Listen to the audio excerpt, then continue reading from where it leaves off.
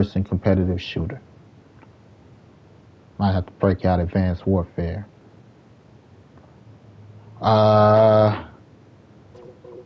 So while I freshen up and stuff, we'll do the custom battles. Now our custom battles. Here's what we got going. Save the future Trunks. In this timeline, we're following Team Wolfang Fist. Apex Legends is dead to me. We're playing. In this, we're following Team Wolfang Fist. Team Wolfang Fist is Yamcha, Tien, Krillin, Broly, and Gotenks. In this universe, Gotenks end up being fused together permanently for a while due to fighting Broly in training. Broly loses it one day. Trunks and Goten transform to fight Broly. They manage to fight Broly to a stop so that he could regain his focus. But in pushing it, they fuse together permanently for a while. In this universe, like right now, the characters you see, Yamcha, Chase, Android 17, Ultimate Gohan, and what's his name, Bergamo? I think that's his name. I don't know his name for real. Yeah, Bergamo. These are all Yamcha's different forms. His first transformation, this is his first power-up, Chase. His second power-up, Android 17. His third power-up is Ultimate Gohan. His Ultra Instinct is Bergamo. And then we have Trunks, different levels of power himself.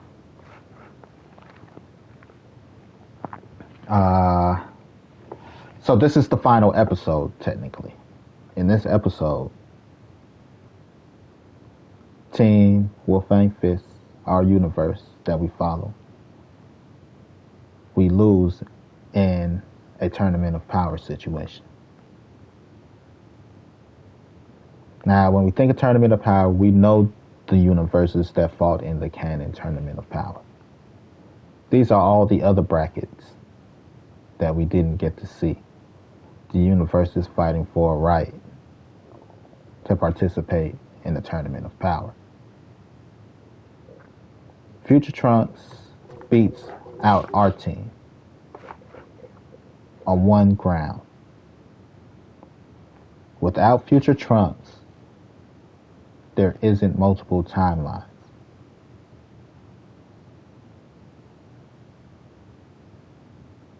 So, after a hearty, healthy fight, Yamcha bows out.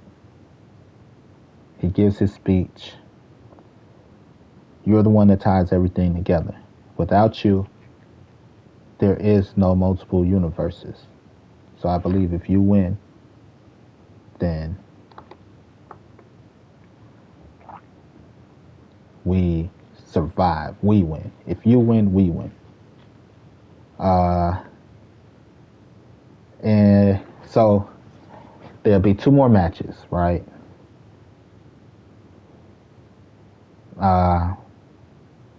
No. We'll do one more match after this. After this, Team Future Trunks fights the villains of the main timeline. They lose out to the villains of the main timeline because the villains help make Dragon Ball Z what it is. And then losing out to the villains in turn lose out to, we're going to say, his squad, the different universe, because they're different universes. So it don't matter if we got the same people on the same team, on different teams. It's just utilization of the people, right? So Future Trunks lose out, and then, we watch a match or two. to build up the suspense, right?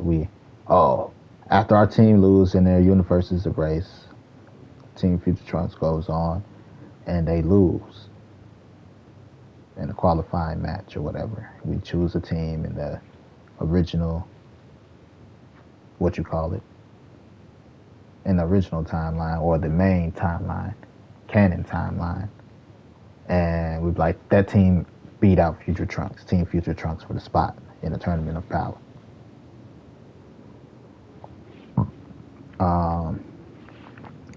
So with all hope lost, like everything's lost, universes are gone, and just when things feel hopeless, everything is restored due to a wish. I wish that all the erased universes were restored.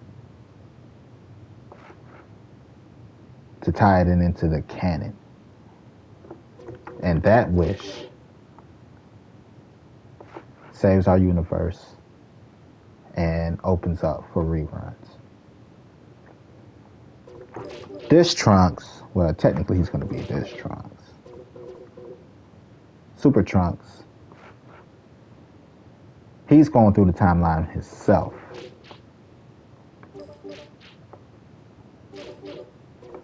Let me show you Team Future Trunks. Because I actually got a nice squad for Future Trunks. He has his own universe going. That I'm creating for him. Whoops, I went back to goddamn custom battle. I'm an idiot. In Future Trunks timeline that I have going, here's what happens. It's similar to the current Future Trunks timeline. There's 2 androids terrorizing the future. What kind of training should I do next? No.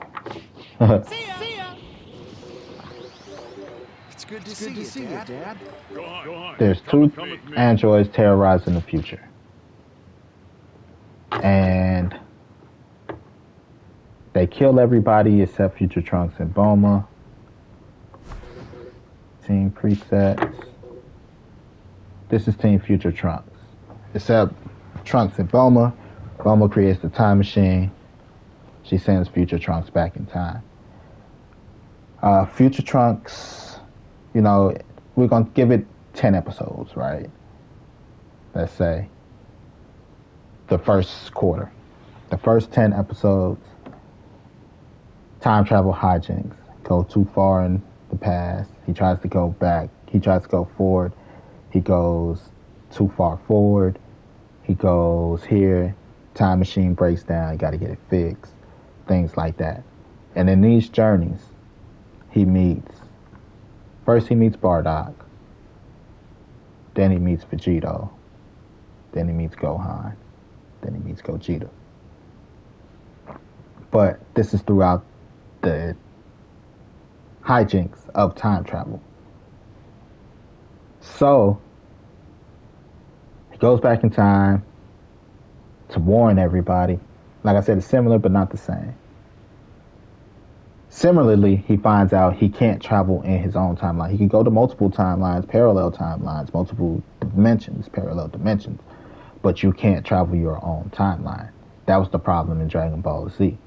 The same problem with Dragon Ball Super. You can't go back in time in your own time. You can only go to a parallel dimension. Which is why when he gave Goku the heart medication, he went back to his future and the things were the same. It's because he can't affect his future. He can only affect the current timeline that he's in or affecting future.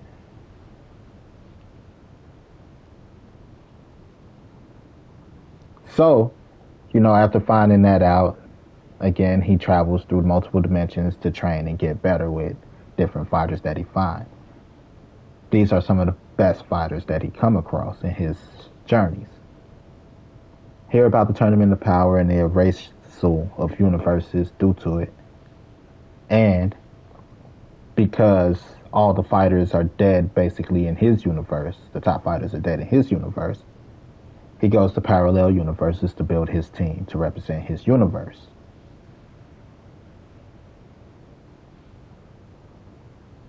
and this is his fighting.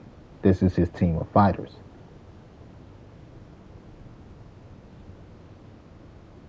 Because you got to have time travel hijinks. There's so many parallel universes. Without Trunks, there is no way to have spinoffs. Trunks makes spinoffs viable and possibly canon before they start.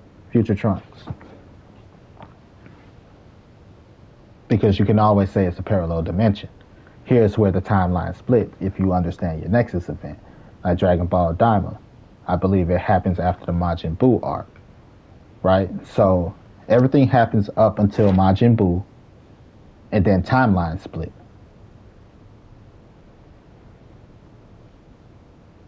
You know? Future Trunks, everything happens up until Frieza, technically. In the original, the canon Future Trunks and Z. Everything happens up to Frieza, and then timeline deviation. It's a deviation, it's an alternate timeline path.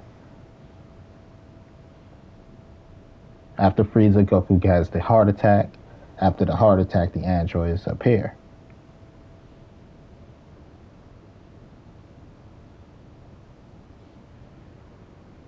You know, and then Cell, and then Majin Buu, and then, like, the Super Trunks, it was never stated if he even had to deal with androids in Super Future Trunks. He had to deal with Black and Zamasu. So there's no telling where that timeline deviated from.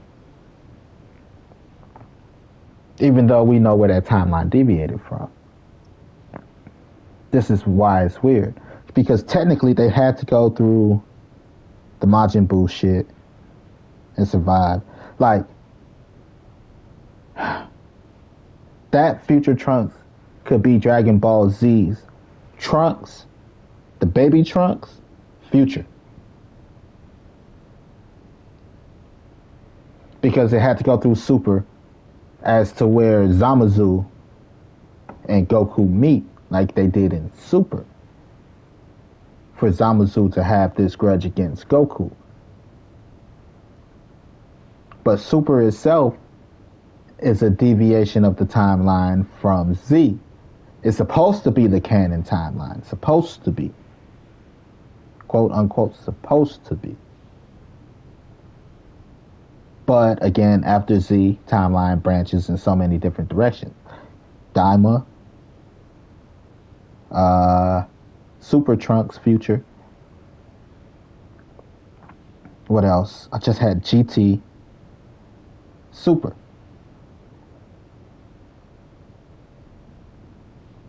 Technically, there's 3 canon timelines after Z. GT, Super, and Daima. Without Future Trunks, parallel timelines don't exist, and anything that's not made by Funimation, Toei Animation, and Akira Toriyama will never ever be canon without Future Trunks.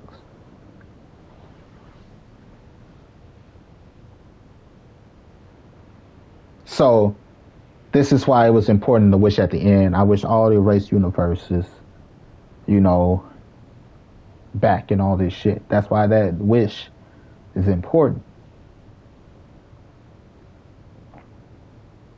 Because they could say that, if they didn't, they could say that Super is the official canon. Don't bring we're not going to put out nothing else that's not following this timeline. So whatever happens next has to happen after Super. And here's the problem with creating a definitive timeline like that. The problem is you have to age your characters and you have to kill off your characters eventually. Because now you're creating a actual timeline. Like, that's the best part about Batman, kinda. You know, Batman has a beginning and Batman has an end.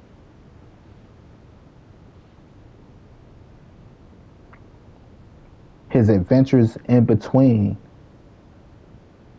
is the argument about which timeline is Batman's timeline. Like, for example,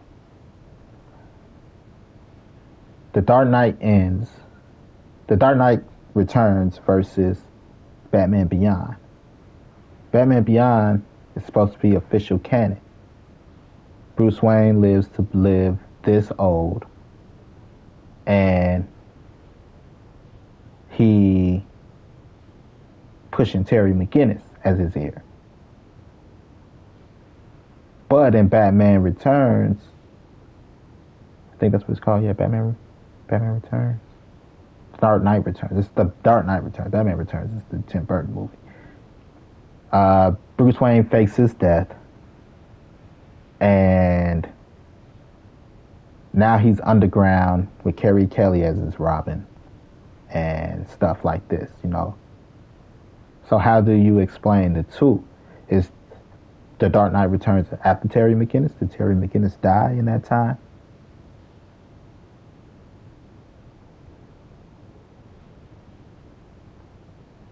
You know? Or, here's another theory. Bruce Wayne died.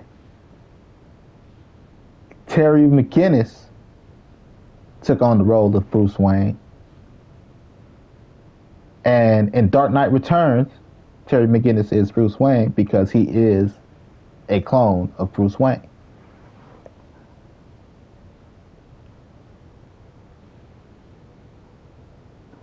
So the Dark Knight Return that we fight, that's fighting Superman, is Terry McGinnis. Boom, mind blown. But that's Future Trunk's story. So I got 2 stories going, 3 technically. I got a lot going. Mine is a terrible thing to waste. Go 10. Get a load of this.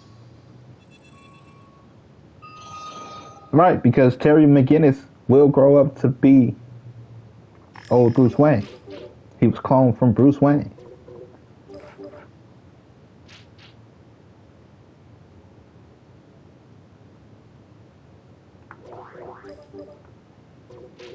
That's legit canon. At the end of Batman Beyond, when Terry McGinnis is talking to Amanda Waller, she tells him, we cloned you. We cloned you from Bruce. It's not like it was hard to find his DNA around. This nigga going around, he's a normal person fighting superpowered individuals. He bleeds. Out of everybody on the Justice League, this nigga bleeds. And we took his DNA from off the battlefield to create Terry McGinnis. Because the world will always need a Batman. It was just a little push in the right direction, sending the Jokers his way, you know, to his family house and shit, to create the trauma, to break his psyche, to make him want revenge. It was nature versus nurture. You know, Terry McGinnis was in a loving environment. Although he may be teenager shit, he was still in a loving environment. Therefore, deterring his path from Batman. His environment, which is the death of his parents, is what pushed him over the edge. So sometimes it's not you, it is legit your environment. And that's what kind of that story, or, you know, to explain more about Terry McGinnis. That's what that was about. So I don't have to fight this technically right now. I won't. Everything is on rails. I ain't gonna say on rails. Like, you can still fight. Here are the things that are... Would you spar with me? Here's how to get the best out of this, if you ask me. I was about to pause. Pause. First things first, in the custom episode battles, you take off the health. These characters will always regenerate health. No matter what, they will regenerate health. I created these episodes. I know. Secondly, because we're creating an experience, we're creating a story, we're creating an episode. This isn't a fight. People don't want to understand, and people don't like to listen. The developers themselves said the fan base forced them to create a rank mode. The developers themselves said we're not creating a rank mode because this isn't a fighting game. Everybody like, we want a rank mode, fuck what you talking about. This is the ultimate Dragon Ball Z fan fiction creator. And that's what I use this as. That's why they're called episodes, or episode battles. They're episodes. So therefore you must have this run out like an episode. So everything is on a time limit. We can't run out of health. And right now, my ultimate character, or the way we're going to end it, he don't have his ultimate available. Why? Because time limit. We got 60 seconds per round to fight your heart out. Some people only play that health bar. People don't play the game. I'm a person that take gaming serious. Gaming takes a lot of skills. What I mean by people play the health bar, whoever can get your health down the fastest wins. That don't mean that they're better than you. That don't mean that they're more skilled than you. It's just they do what they can to affect that health bar. There's a lot of fighting games I play sometimes, and the whole time I'm fighting, me and my opponent, even though our health bars are moving, we never hit each other.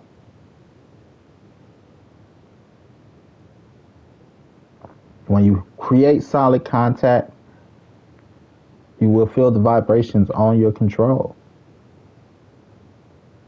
And the vibration intensity changes depending on how direct the hit is. So if you're fighting and you don't feel any vibration on your control, it's because the motherfucker's not really fighting you. They're fighting the health bar. And this is why I don't play the game with everybody. Because there's a lot of people that don't understand that. Even when it comes to 2K, when it comes to live, there is a resistance on the control when you're head up against your opponent or when you're making contact. If you never feel that resistance, that contact, then y'all nowhere near each other. But games like 2K will fool you too. Because if you hold down or live, I'm going to use NBA Live as an example. If you hold down the help defense button, not the help defense button, the defensive button, quote unquote defensive button, even if you're not near them, you're going to feel the tightness. But that's just because they're holding down the button. Making what you feel on the control and what you see on the screen equate to what it is at the same time is a real gamer. That's a real pro gamer shit.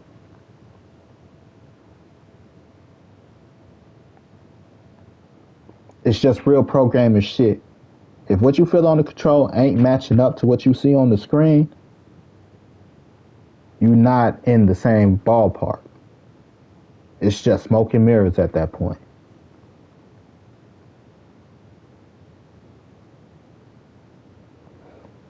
So, like I said, these matches and these episodes I create, they're about the experience, the story. It's not about winning the fight. So, that's why I could leave the fight alone and it's going to progress like a good story. Which I'm going to do right now while I go use the bathroom and make me a sandwich. Watch what I mean by the fight. First, we're going to watch Future Trunks power up. Then we're going to watch Yamcha hit his power up, and then we're gonna watch. They're gonna power up as the fight progresses. There's a minute per round. Every minute, we're gonna see a power up.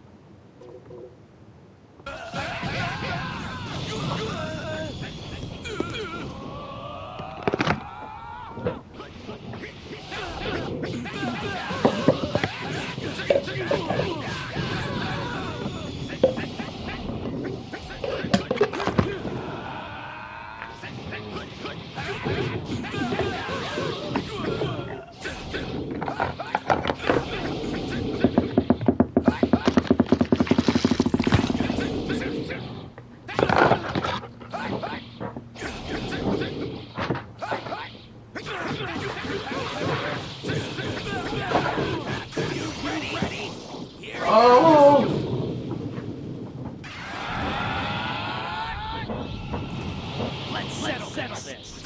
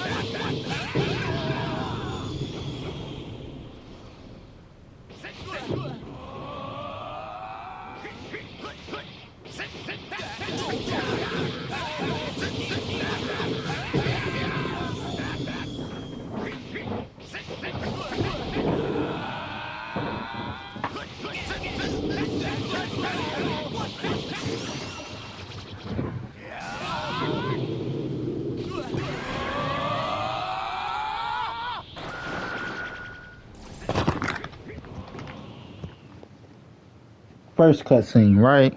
Pretty cinematic so far.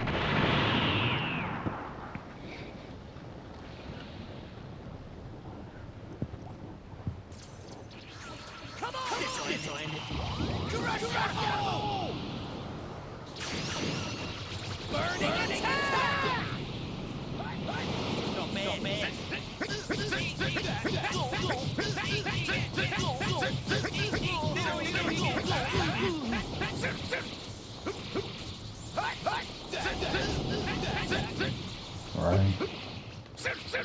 Ah, that's what I thought.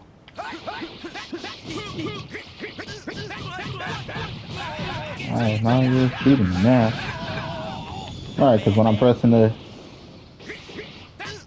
Right. That's the perception button. Right, I thought the perception button counters everything.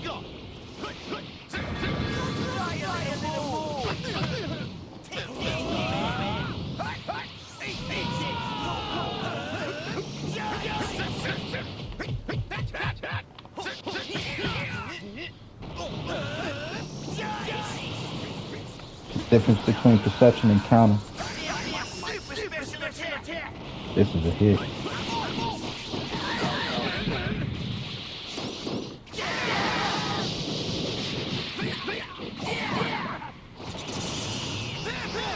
I realized it don't jump for it.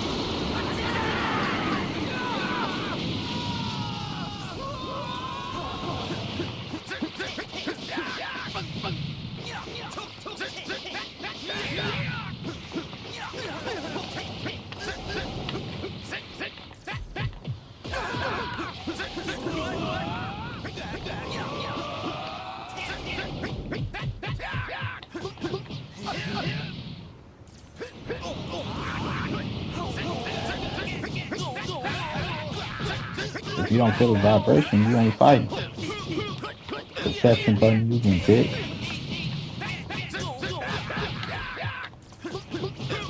Difference in between a good block and a right.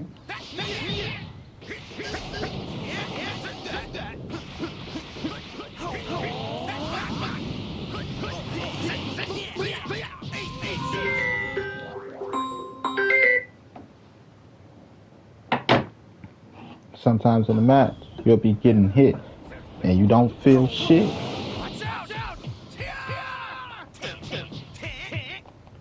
Good block.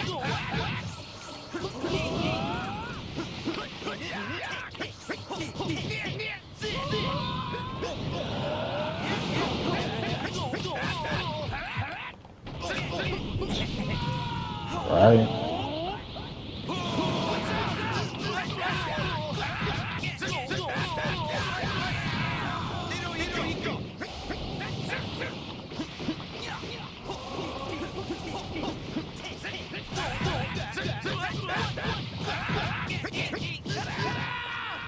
Right. I didn't even swing for you to even do all that. It's not y'all sometimes. These games be cheating y'all.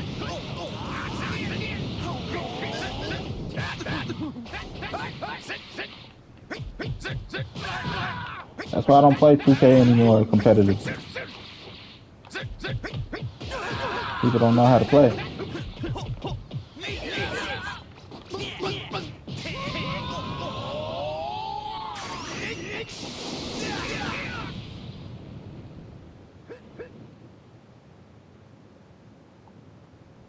I don't play the game with everybody. People don't know how to play. People play what they see and not what it is. Sometimes you gotta feel it and see it.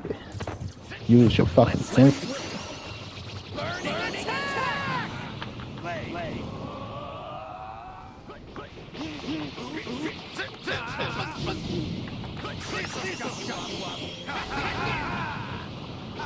You're in the middle of the kick.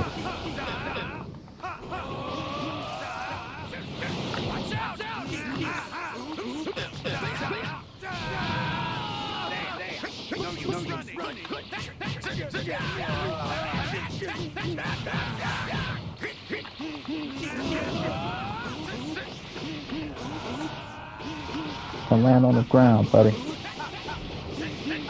Can't even land on the ground. We're not the same.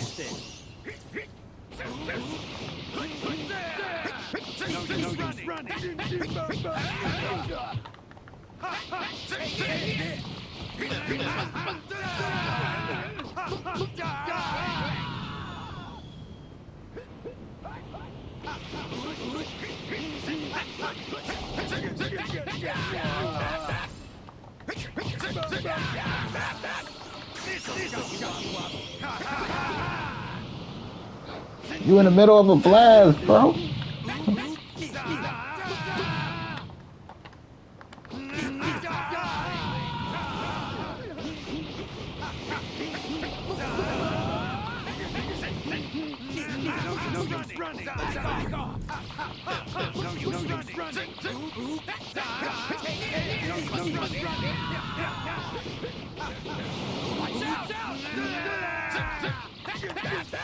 I control the fight.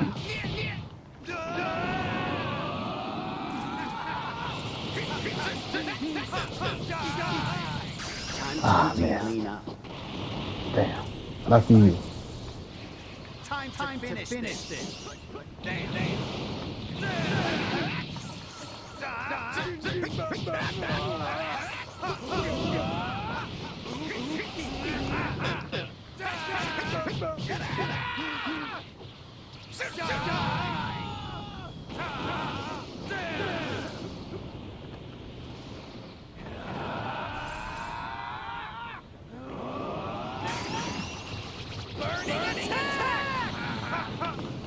Alright. Show you connect.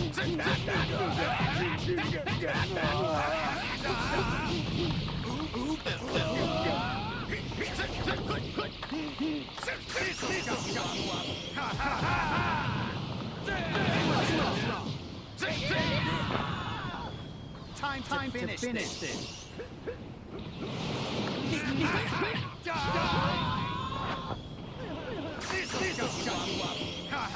The time don't reset.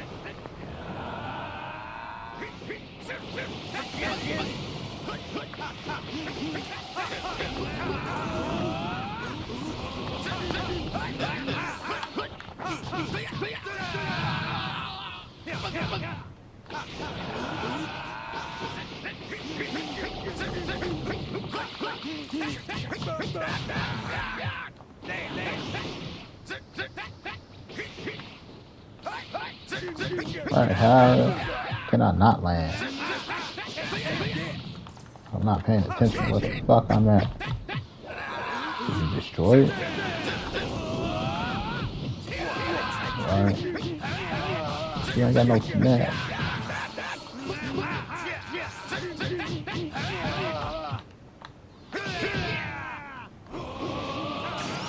Here goes. No more screwing around. Take this. Done.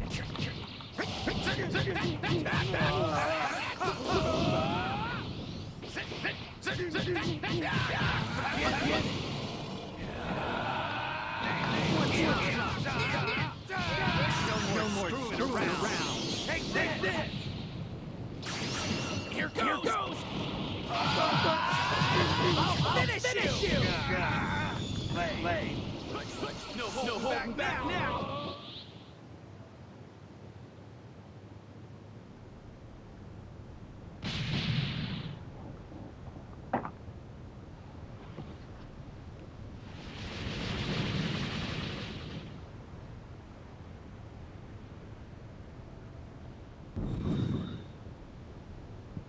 Ah, I gotta fix that.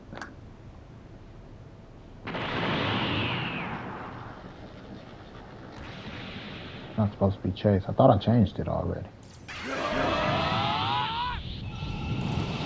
This is the end for you. Time to I like his next transformation.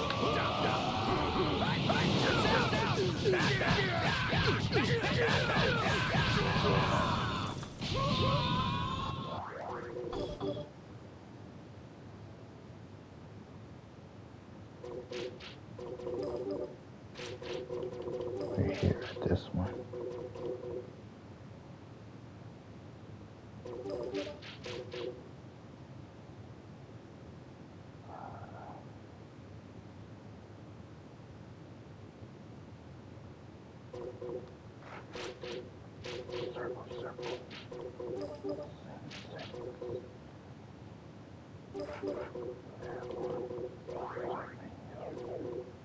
Was it that one?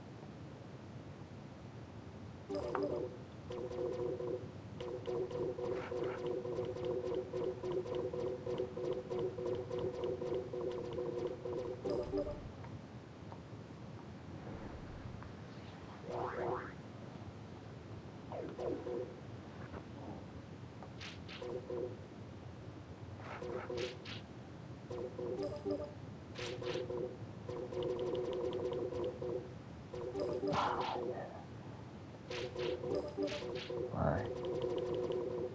Then those two fight. Upgrade, upgrade. Then we're at the end of that. Then that move should be bad. Because that's how we're going to win. We're going to escalate the fight some more. A little bit more cutscenes. And then we're going to show their power. Like, this version of Trunks uses his power differently.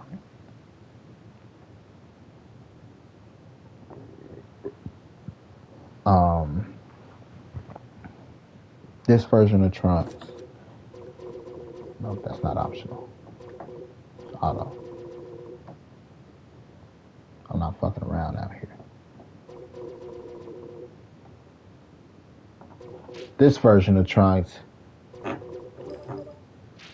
his main form is Super Trunks.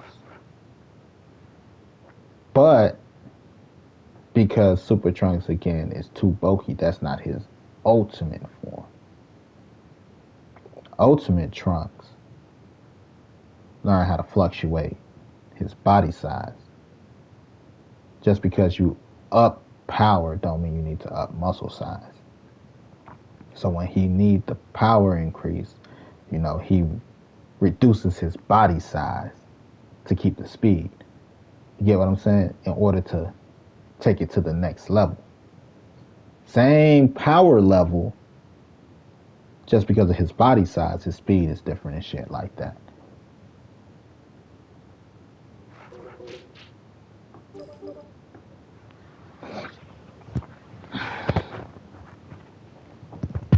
Because time is supposed to reset. If I put it the next one at 65 seconds, after 5 seconds, I'm going to transfer him out. So the time don't reset, no matter what they're talking about. Once in a while. I guess we could...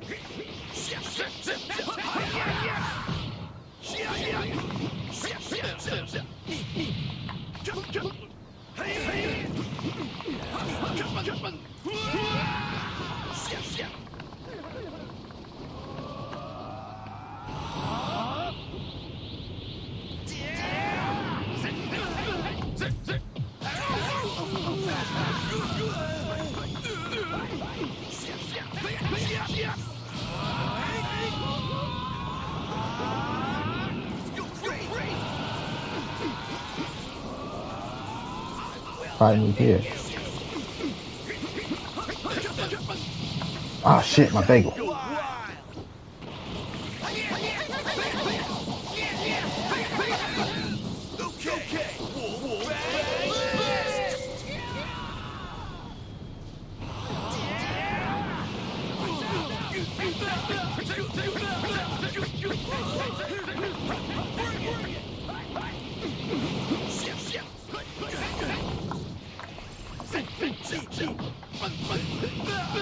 You ready?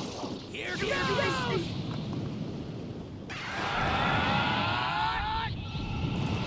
Let's settle this. Yeah. You coming, honey?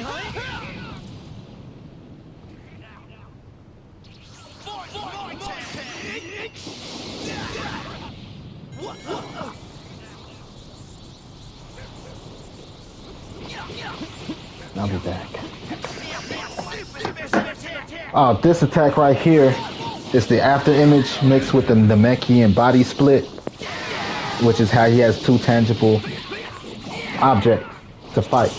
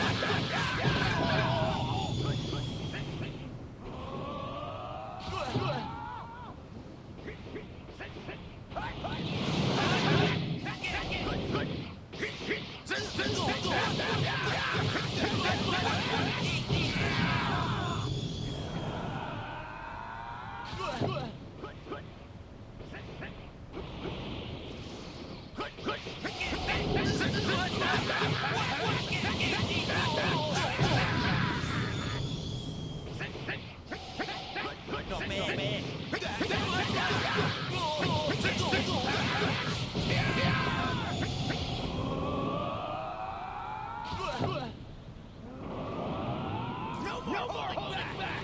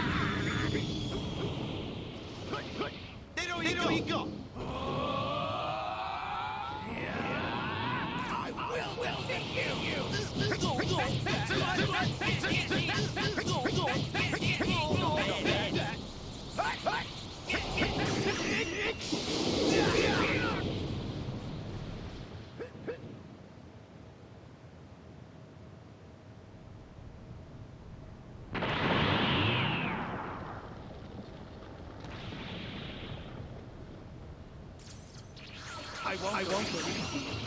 Burning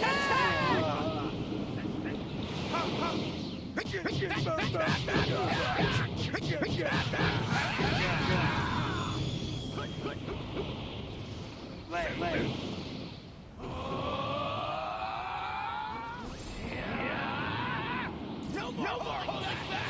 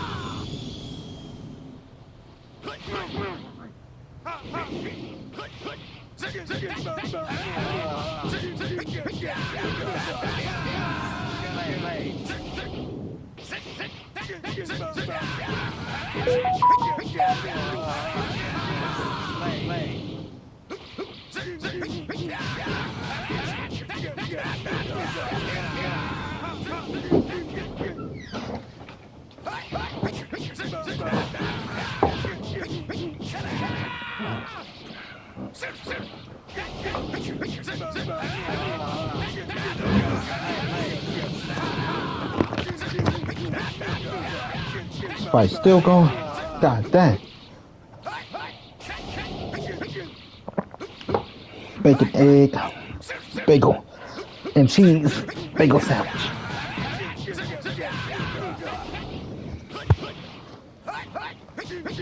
Got 11% body fat.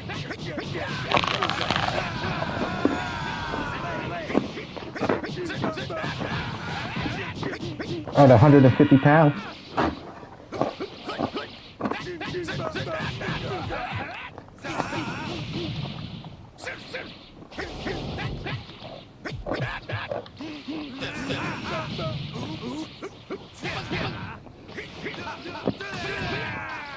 No more screwing around. Take this.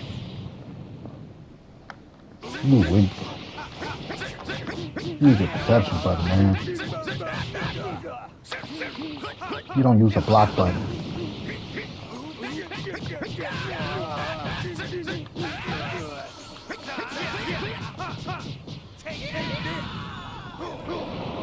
Weak as hell.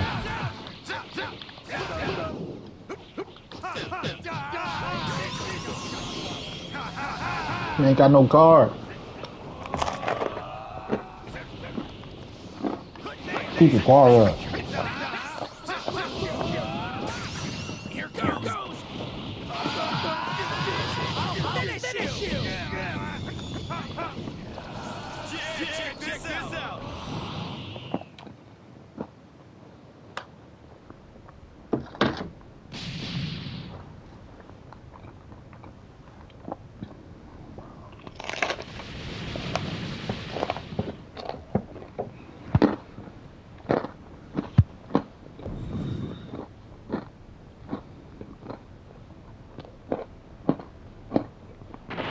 Why I don't play 2K on Hall of Fame no more. The more you know. This is the end for you. There's no way to stop stuff.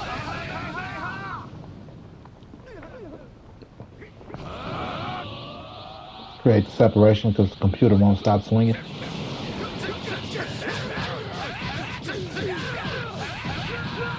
Pay for this. What happened? I dodged. I tripped your ass.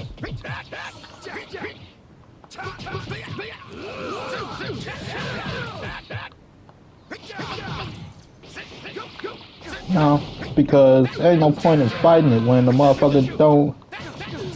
When I started the fight, motherfuckers start using the perception button.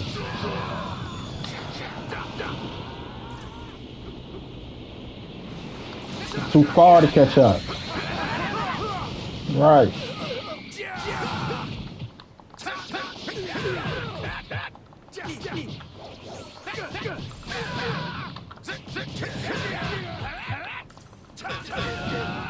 Perception button.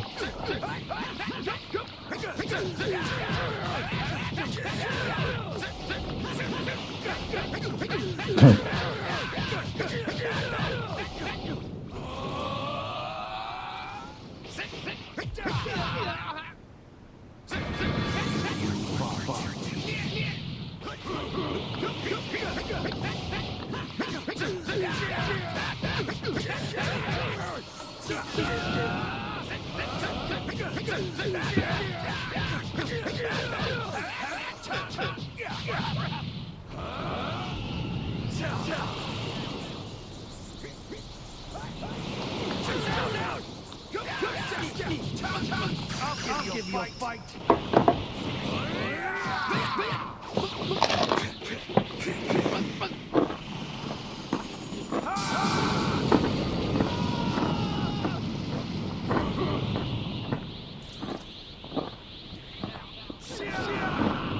Oh, where it fall, isn't it? I did not mean to do that. I'll never make it.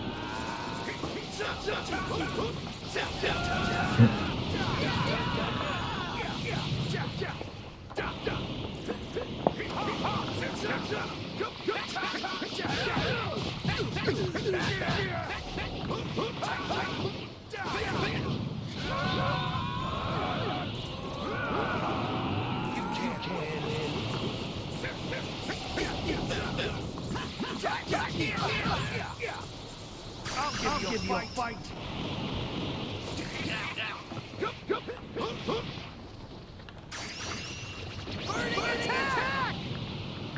You want to prove that you can?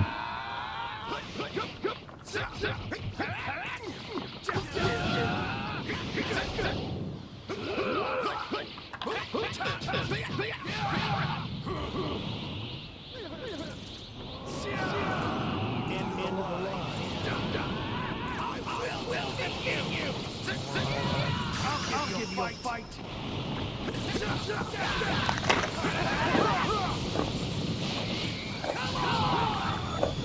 You'll pay for this. Shoot.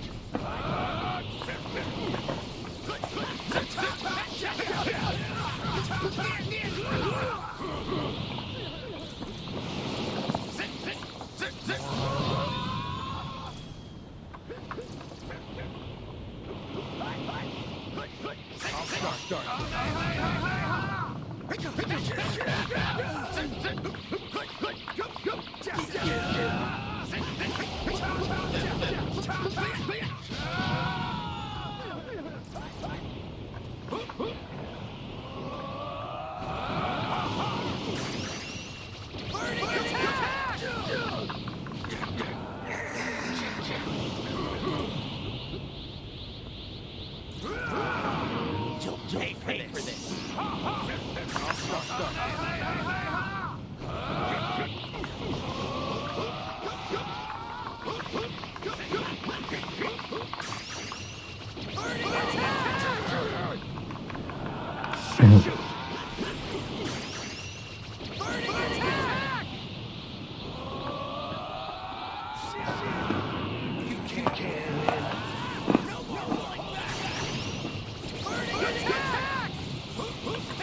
I'll give you a fight.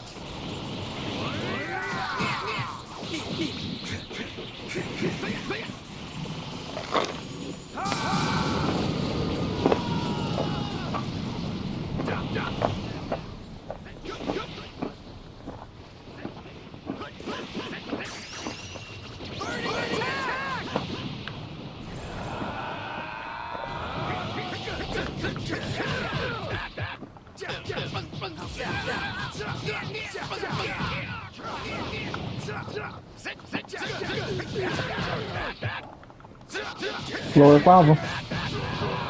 Pay for this.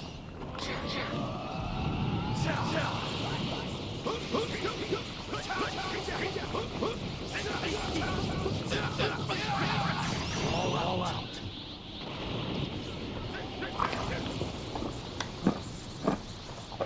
I'll start. See if you can take this.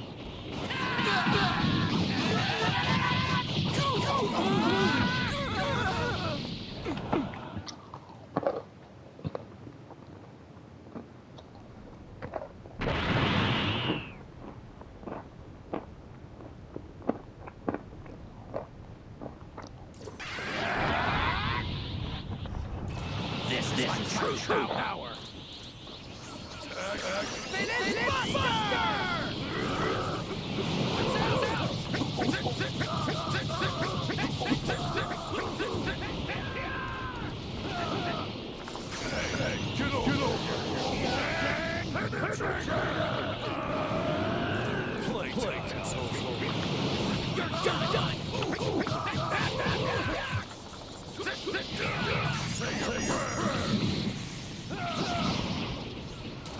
Throw this bitch ass out the air.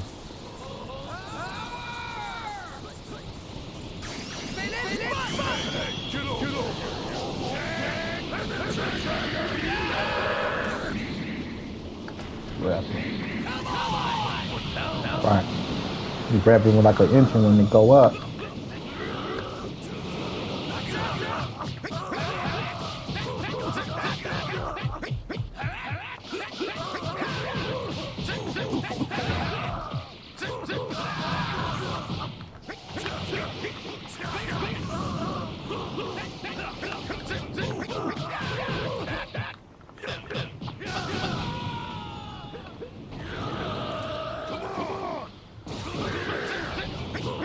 They can't stay on the ground. You're not alive. You're not the same.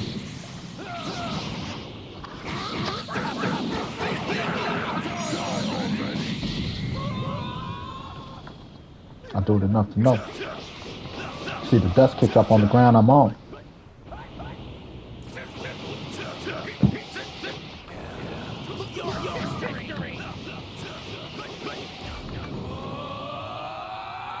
Alright, right, you're gonna fly right up if you ain't holding down the down button.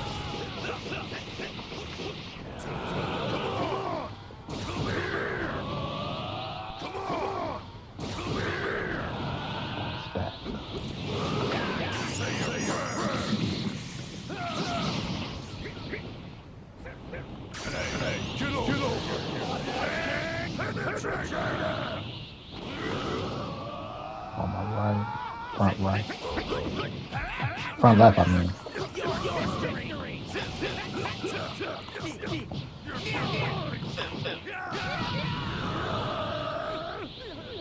That's what resistance is.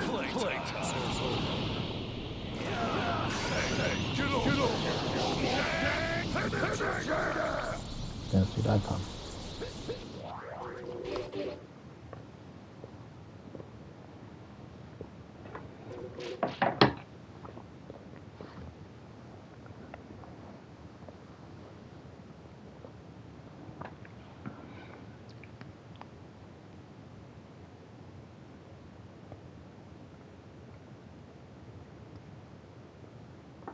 Save that for now.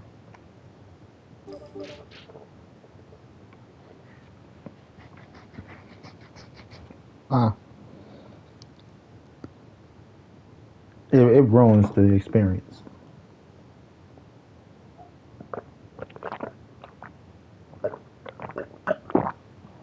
So I play a lot of games solo now. I'll never play 2K competitively again. Unless we're playing in a training mode and we give a time limit and we let people decide who they think the winner is, judge's decision. I'm not necessarily fighting in a fighting game no more. There's a lot of people that game but don't know how to game. And it's a turnoff. I could equate it to if you're into sports. You're playing basketball and there's somebody that keep playing that's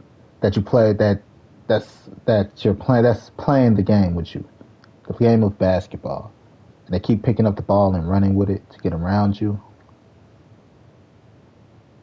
Like,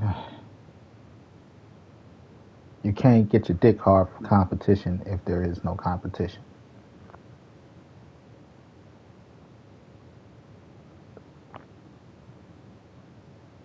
Long story short.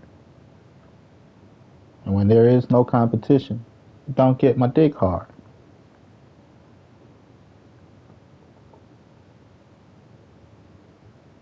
You know, it's one thing to say, oh, I'm good. Then it's another thing to actually be able to put your mouth where your money is, the money where your mouth is. Because you can't tell me you're good. Like 2K,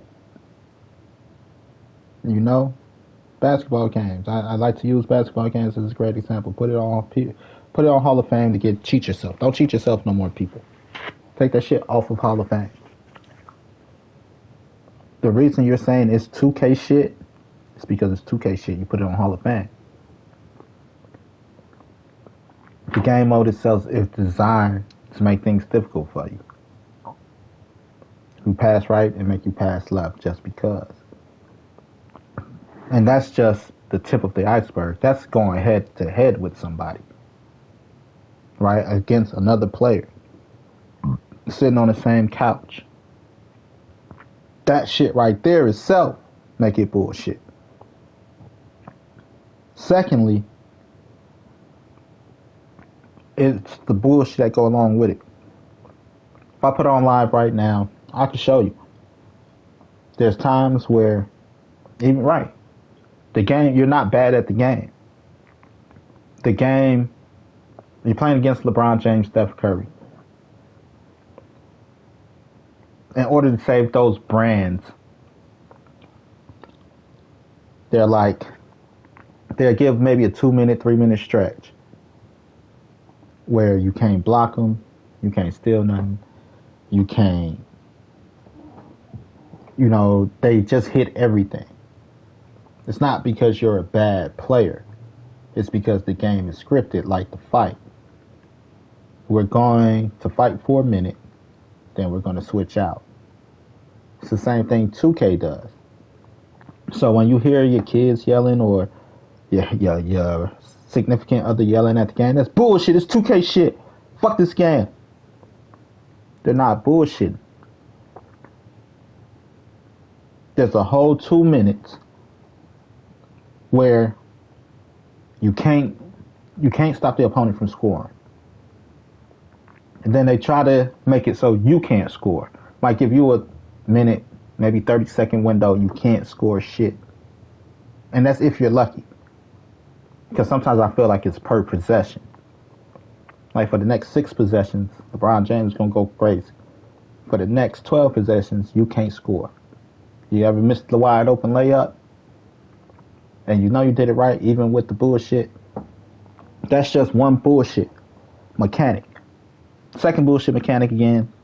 I pass right, it made me pass left because the game got a game. That's just putting it on a hard difficulty.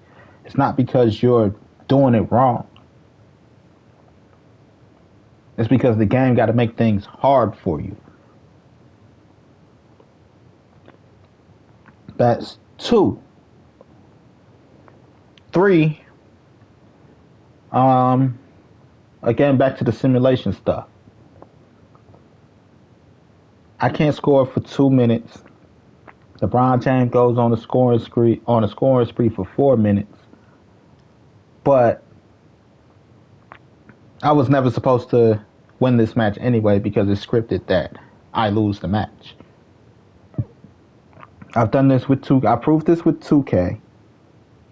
And I proved this with live. If you want to go off script and you want to play your best basketball and live your best life, lower that difficulty. And the one on 2K, put out Joel Embiid and all this shit. Like, let's see if you put me out. Or, no, how you feel about that loss? I'm like, I won. But the game was scripted for me to lose.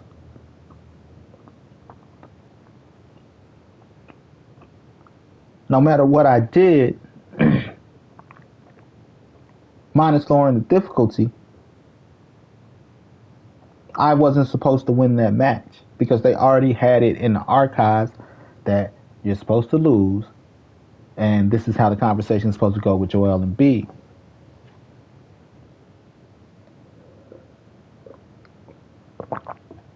It's not you. Lower that difficulty, and let's start putting lawsuits to these gaming companies' ass. I came to buy a video game. I didn't come to buy something I can't beat.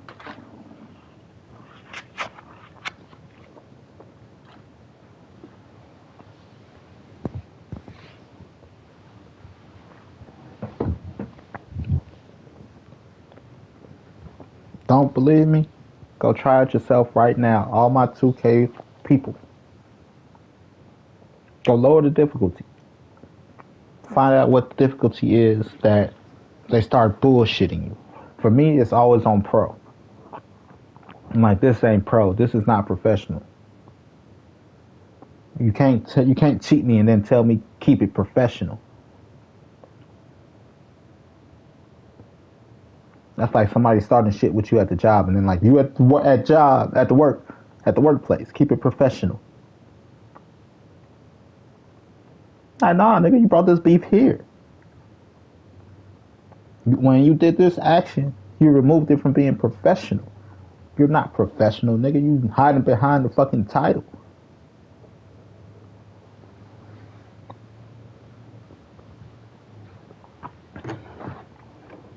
So, think about it. You know, because I quit 2K. Like, I haven't, because 2K is bullshit. It's bullshit. It's legit bullshit. So, like, I'm jumping in live. Like, I haven't played live in a while. Till I get my feet wet. You know, first I started at Icon. Let me check out Icon. Then I went to the lowest. Let me check that out. I'm like, what's the difference in difficulty? This one too easy. Defense don't move. This one defense moves and stuff, but you know, might be a little hesitant on the release to shoot the ball. But I'm like, okay, here's the defense I'm looking for. Here's the pace I'm looking for. But I can't pass right. I pass right, it made me pass left. You know, I pass left, it made me pass right. Like, nah, now you're just bullshitting me.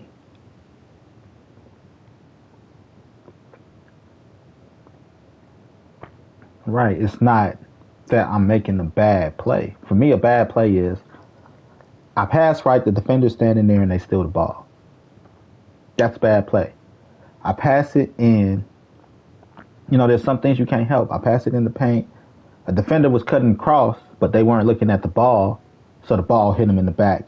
Now we got a loose ball situation. That's a good play. But when you're telling me that I passed it through the defender, or, you know, there was no contact and we all watching the fucking contact, like, no, even then it's like I'm putting a body on the man. Why isn't there a body on the man?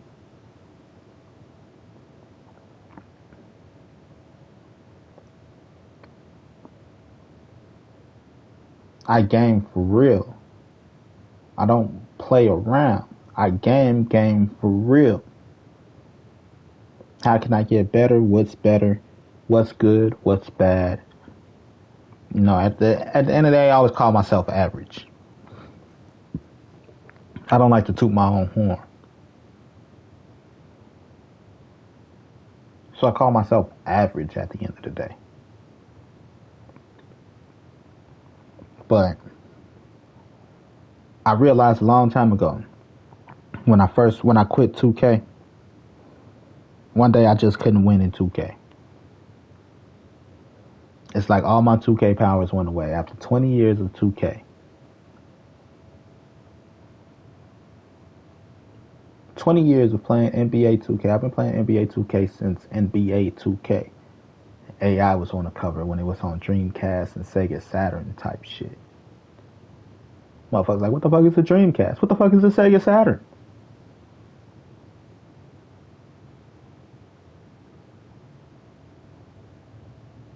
That's how long I've been playing 2K.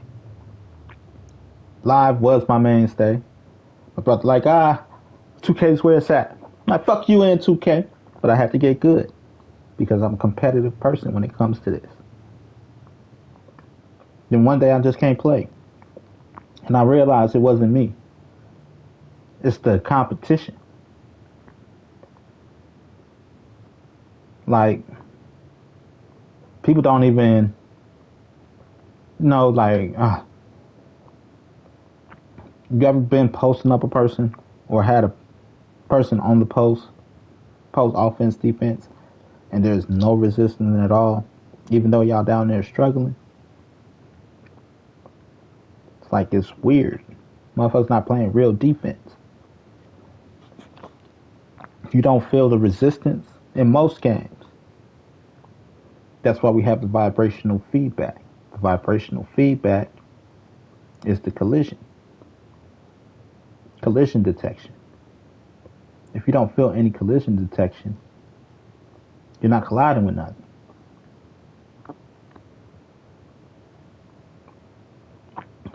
Watch motherfuckers do so much bull fuck shit because they like, it's a video game.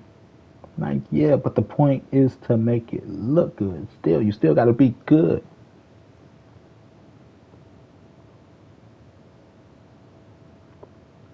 You still gotta be precise. You still gotta be pretty with it. You still actually gotta size up a man and create the contact, or, throw a body into the man and like, you're gonna hit that ground. Fucking around, don't come in here with that. Motherfuckers not feeling nothing on these controls when I'm playing against people. Like, how? I'm not feeling shit on the controls. That's that Black Mirror shit. You know how they like, you feel another motherfucker through the controls? You literally feel a person through the controls because the controls are made to give vibrational feedback. If you're not getting any vibrational feedback on the control, then y'all not even vibing. Y'all not on the same page. Y'all not colliding nowhere.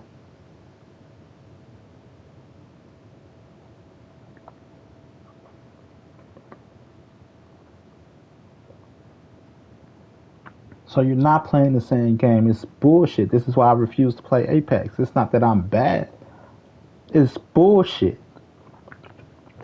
A game like Apex, a game like Fortnite, free-to-play games, when they say they're made with an addictive model, they are. They'll cheat you out of your win to get you riled up to make you want to keep playing. Because you're only playing these games because you're competitive.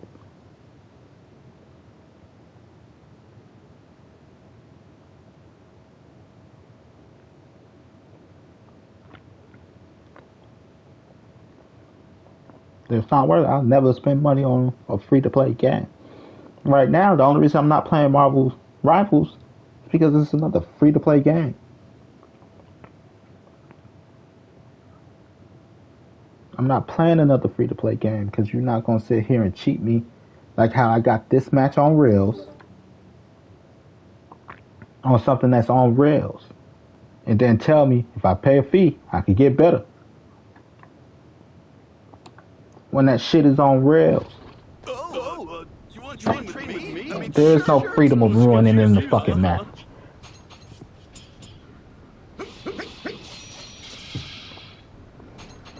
It's nice to train with friends. All the money people spent.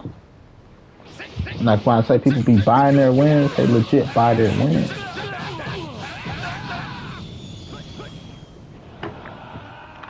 Right, my health's supposed to go back up. Because this is how I created the map.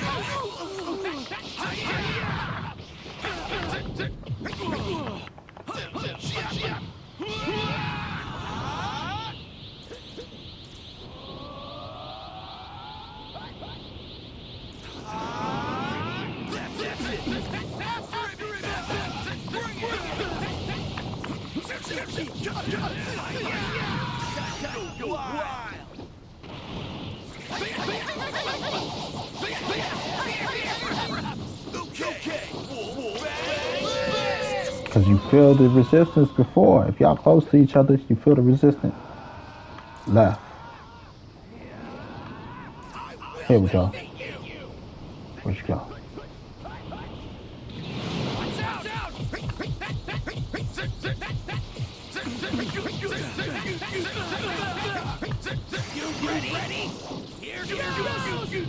Right, you feel the resistance.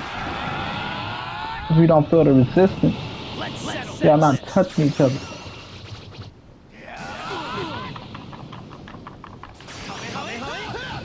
Right. It's an unblockable hit. And that's just to create the space for each other. Like, alright, right.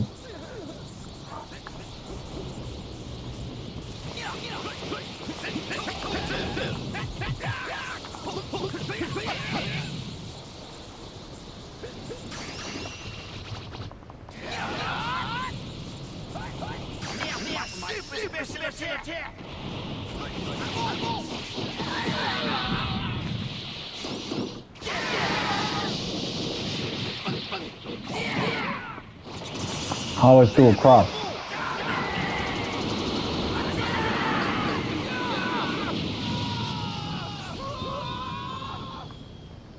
Forward, back, left, right. Don't feel it. Might be a different height of elevation.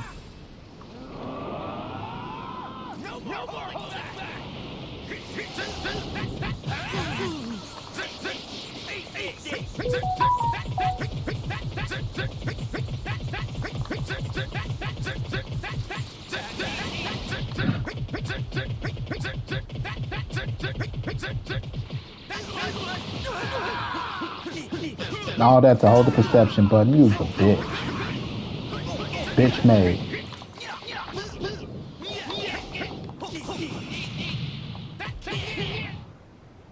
Bitch made. Right. Hold the perception button.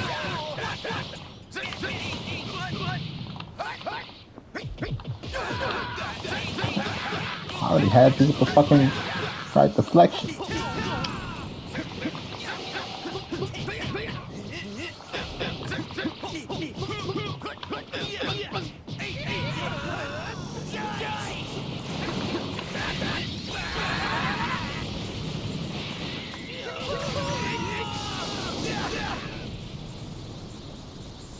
That was not what I chose. I chose purple comet.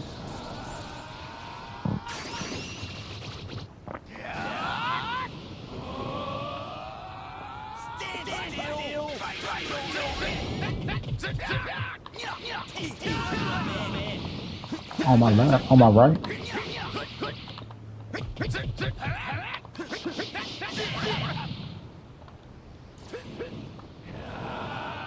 Top left. Now hold down my button. I shouldn't keep landing. Cause I hold down my down button.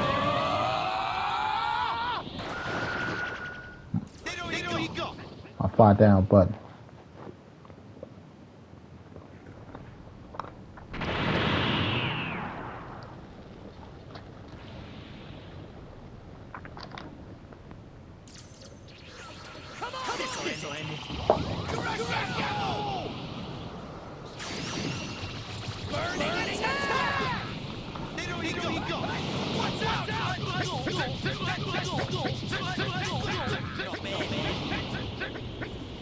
Look at that dumbass.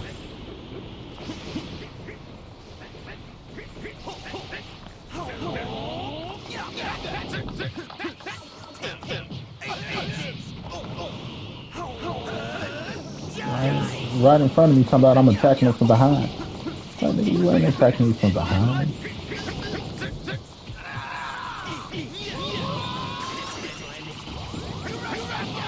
Ah, you rushed up into that.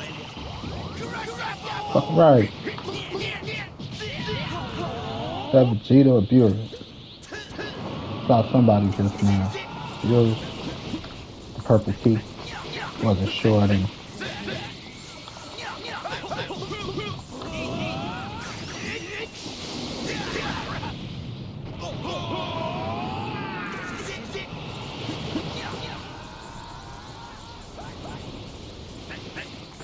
Bottom right.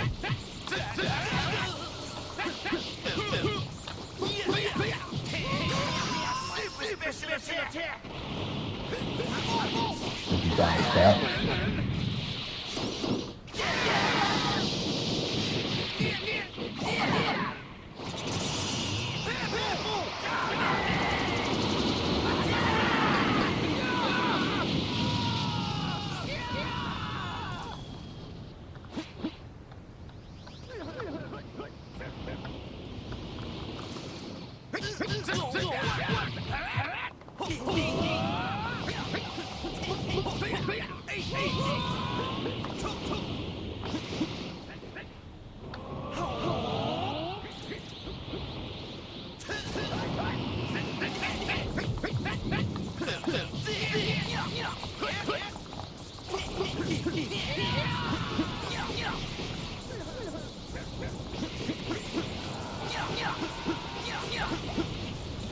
See that?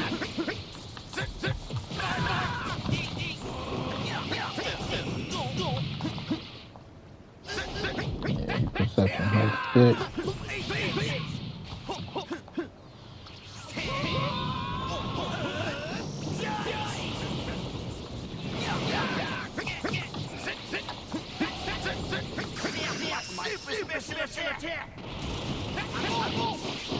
Always in the gut. Like you my bitch.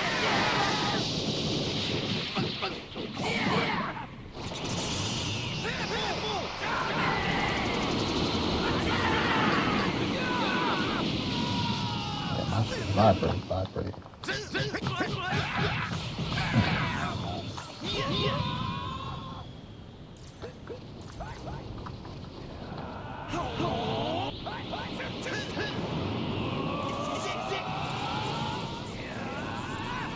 This is the guy I chose to let win. Save my fucking, save the future, right?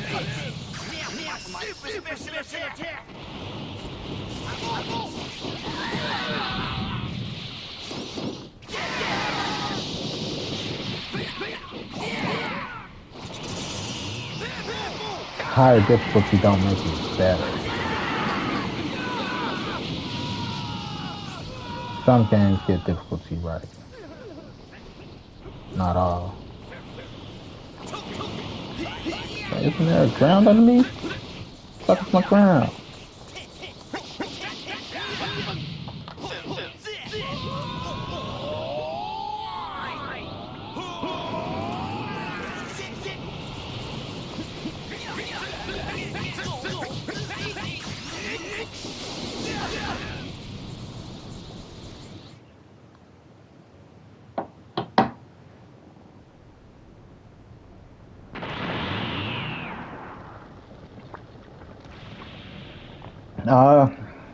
It doesn't matter. Pause. Difficulty should do this. Should it make the game harder? Yes. Should it make the game unplayable? No. Dark Souls. Even Bloodborne, like Dark Souls, Bloodborne, games like that kind of got the right idea when it comes to difficulty. Difficulty isn't always just you're outclassed, right? Or you don't have to cheat to have good difficulty. When I say cheat, 2K. I pass right, it make me go left. It made me pass left. You don't have to cheat the player out of a good experience. Just to be like, it's more difficult. If we're going to use a sports game, let's use practice mini games like that, right? They're supposed to test your hand-eye coordination, your reaction time, stuff like this. Now, if the computer been tracking this, and it knows that my reaction time is, let's say, 0.5 seconds, right? They could put the computer to move at 0.4 seconds. Just a little bit faster to try to push my reaction time. 4.5 seconds. 0.43. 0.425 shit. Just a fraction of a second faster for me to even It's for me to either think a step ahead or react faster. Because you don't always have to react faster. Sometimes you be like, I see that coming. Fuck that. We're going to hezzy and then pass instead of just going to a pass. Because that hezzy gives you that time delay. So now their timing is off. You know, let's say my character speed is at 90. Okay, fine. The main character there, their speed could be at 95. Let's say my shooting field goal percentage is at 80. Okay, they're at 85. Just that much better. Where you have to play a little bit harder and a little bit smarter to get good, to win. Same thing with fighting games, or not even necessarily fighting games. Like fighting games is different. Fighting games is all about reaction time and speed sometimes. Good spacing, understanding, characters. But again, it's similar shit. Here's where I am with it as a player because you're tracking all my data. Button input data, my normal combos, shit like this. Like you could have a fighting cat, the next person I fight,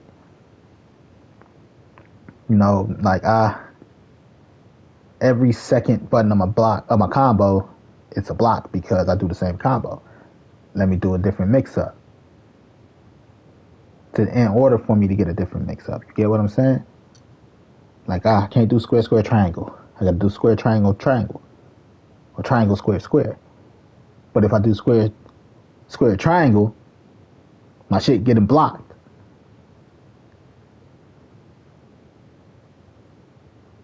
In order to teach you to play better, to recognize situations and shit. That's what a real good video game is supposed to do.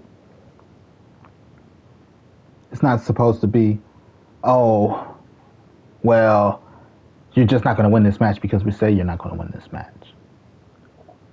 People are supposed to get good at your game, especially multiplayer games. You want them to get good at your game. You want them to get better at your game. Why? Because then they give the game to a friend. I bet you can't whoop my ass in this.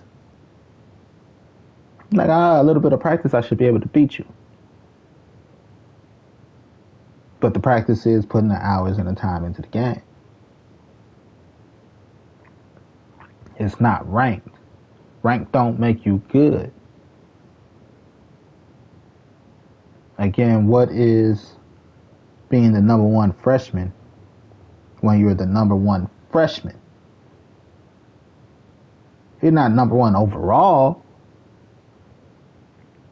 You're just the number one freshman.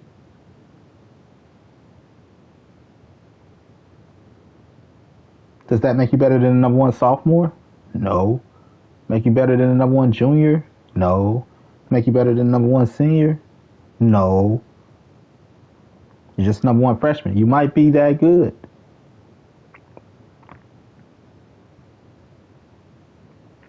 They've created a league of all number ones. What are you placed in?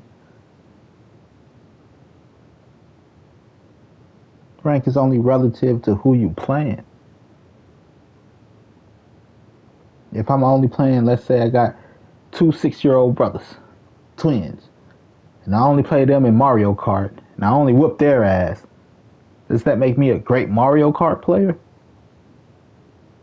Or just good in the house? I'm ranked best in the house. That don't mean that I'm best ever. That's why I stay away from rank. I'd rather play a field than play you like, here you go, this should be cool. I gotta play against people bigger than me. I gotta play against people smaller than me. I gotta play against people my size. Shit like that, because how will I know how to deal with a big nigga if I don't play against a big nigga? How will I know how to guard a smaller person, if I don't guard a smaller person? I can't just play people that only play shooting guard. We all playing for the same spot.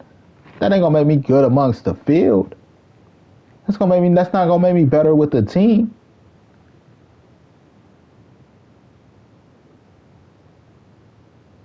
Because now we all playing out of position. We got 10 shooting guards trying to figure out who's the point guard, who's the shooting guard, who's the small forward, who's the power forward, who's the center. Because this is how a team is made up. We all playing out of position. Stuff like this that don't make me the best shooting guard.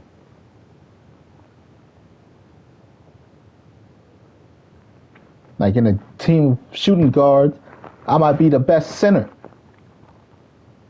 It's all relative. Perspective is relative.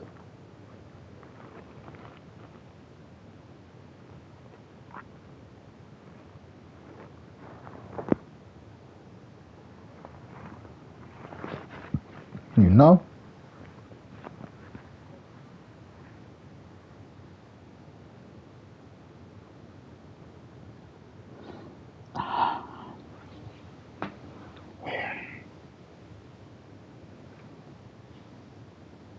Almost fucked up my left calf hooping.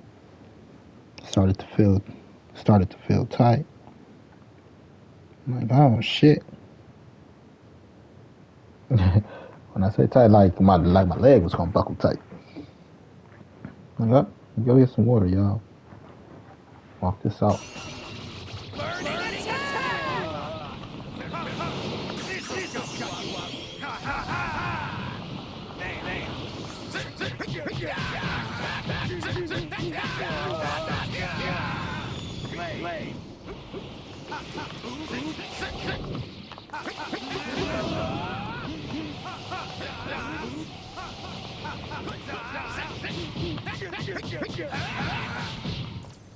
Same way you close the distance.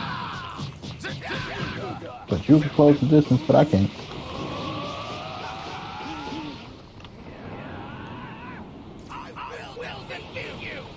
Shut up, bitch.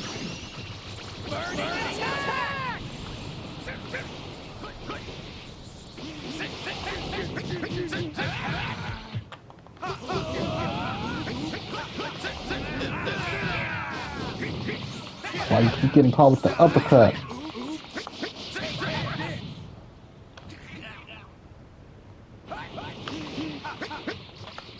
No more screwing around. Take this.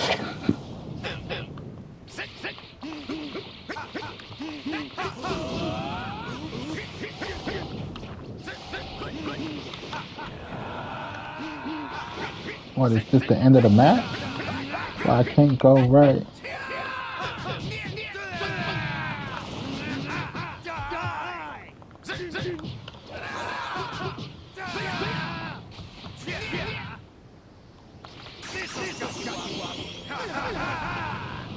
Floor is lava.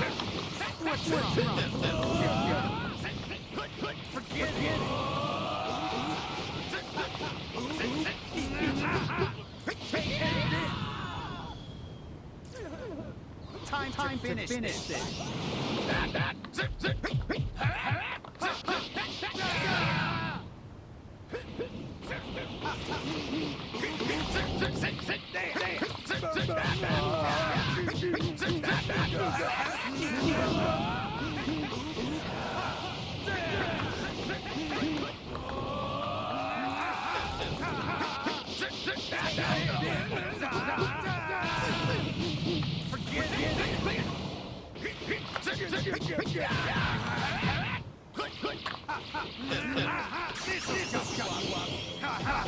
Cause you saw it too.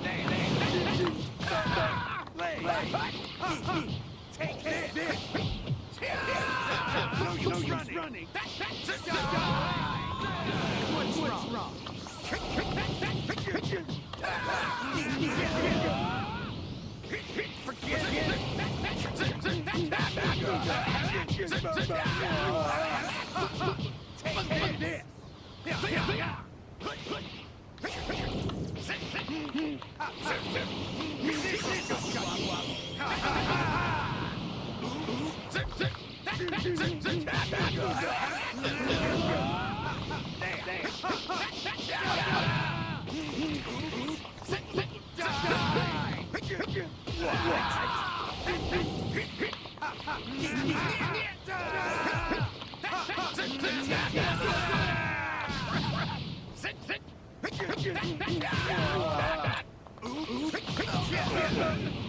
more screwing around. Take this.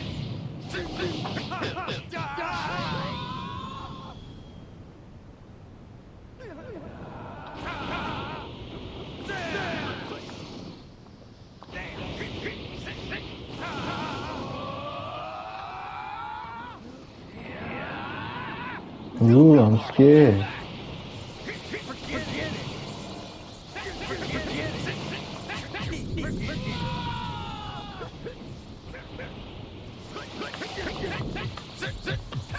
Excuse me, sir, does that tantrum comes in there?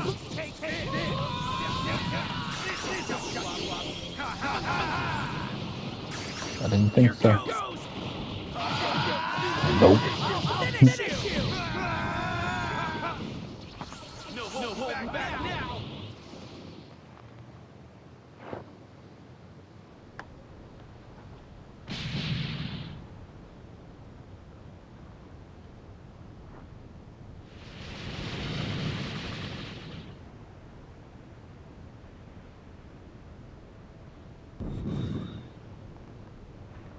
I think I might actually be ready to do my story now. I don't know. Level up. This is the end for you. Ooh, I'm scared. Level up. They both level up.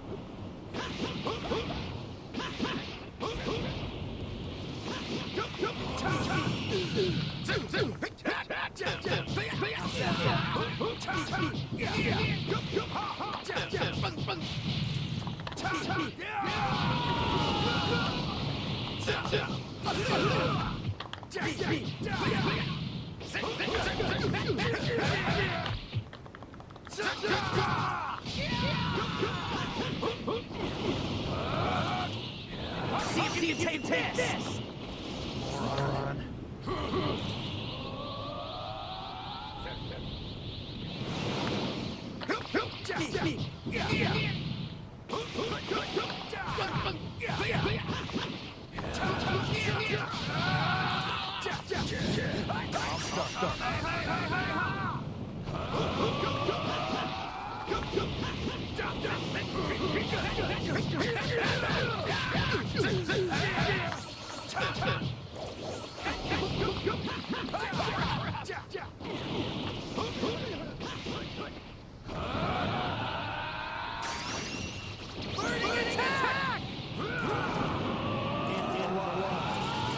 Don't have to go Super Saiyan. Because he's not Saiyan.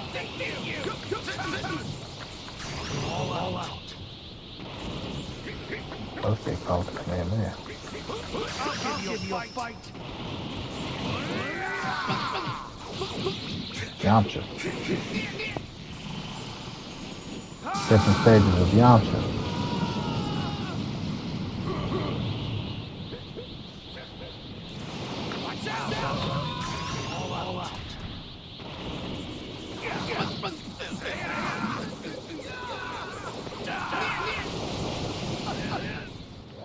I'm the biggest Dragon Ball Z fan. One of them. And if Yamcha can't train to beat Goku and Vegeta, if I say it once, I'll say it twice. Goku and Vegeta can never train to beat Beerus and Whis.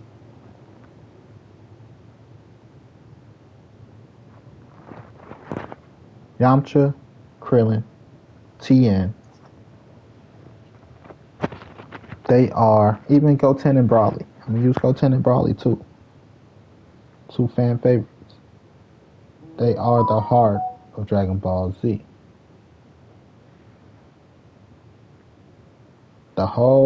Right now they're the heart of Dragon Ball Z. This day, even with this moral arc and all this bullshit, they are the heart. Because the more you're saying that the separation of power is for Yamcha, Tien, Krillin, Goten, Broly, from Goku and Vegeta and Piccolo and Gohan, the greater the power of separation is for them, and you're saying that they could never compete, that's how big the power of separation is for Goku, Vegeta, Beerus, and Whis. They don't just have time and experience over Goku and Vegeta. They have divine power that Goku and Vegeta don't possess.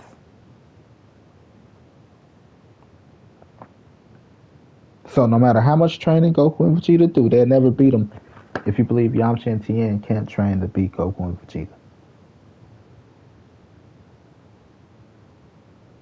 Because that's what Dragon Ball Z is. The adventure. It's about the self-improvement.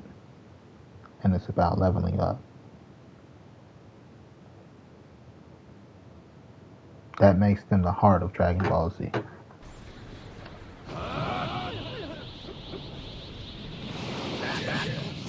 On it! You'll pay for this.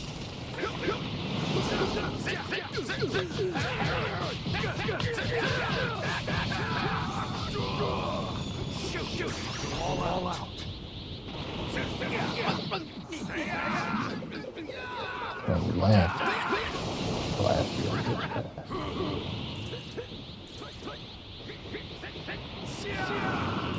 You'll pay for this. End of the line.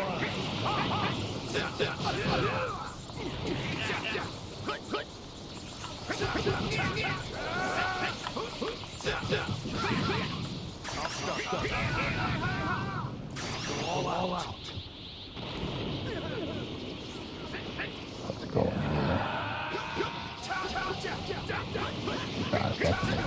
This one's rocket.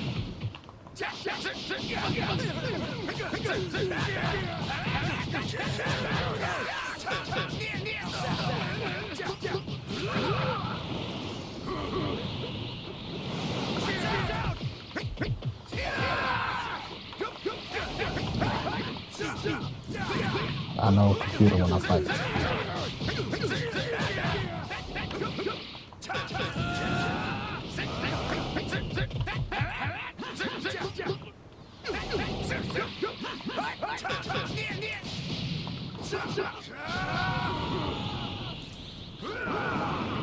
You can't win.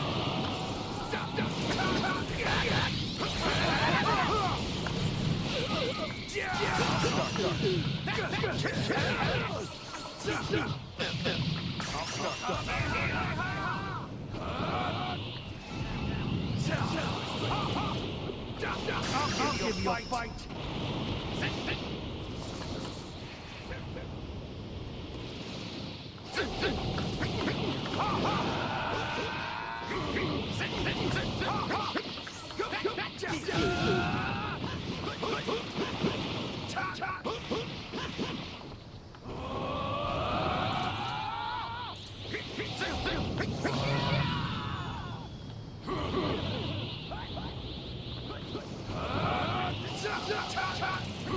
You'll pay for this. Petty ass blast. You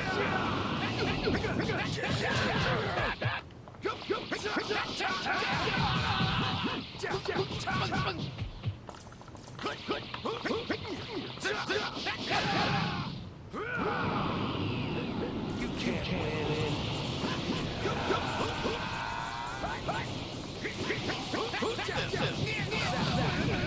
I'll give you a fight.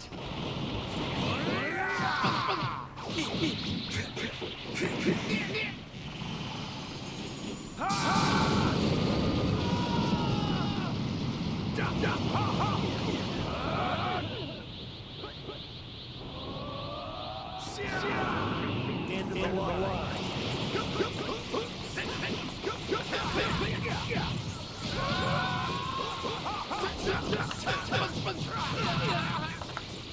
All out.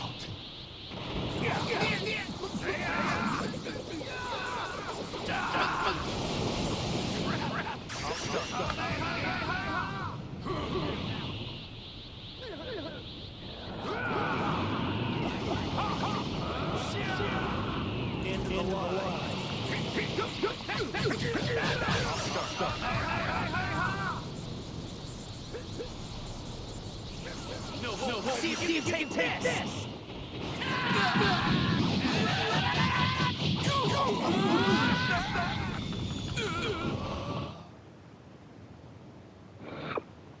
Right, like there's a break now.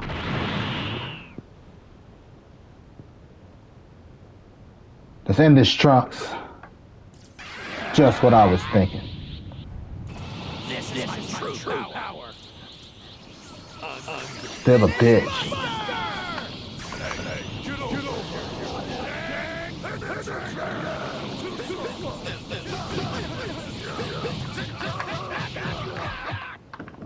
Alright, this is their ultimate form.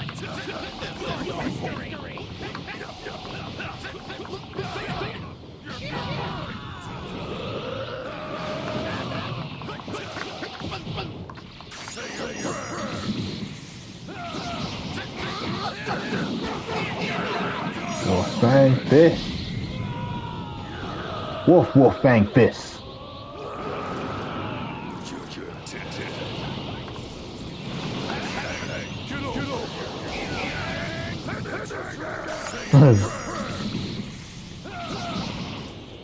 Motherfuckers turning into Super Saiyans and body expands and all this other shit. Hair change color. I can't turn into a werewolf.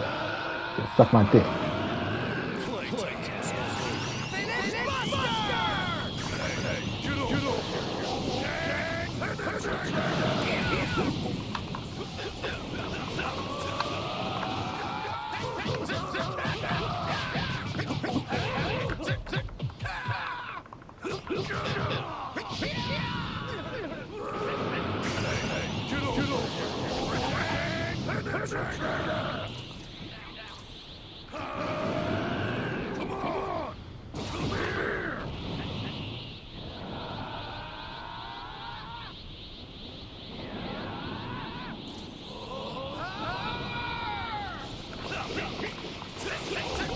That's what I say when I nut on your girl's back.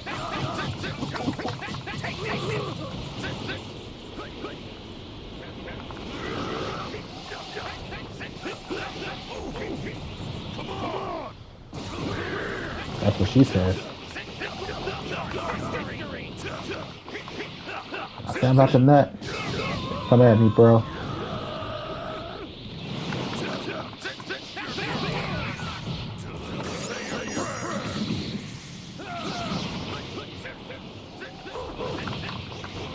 Wolf Fang Fist is what I call my masturbation technique.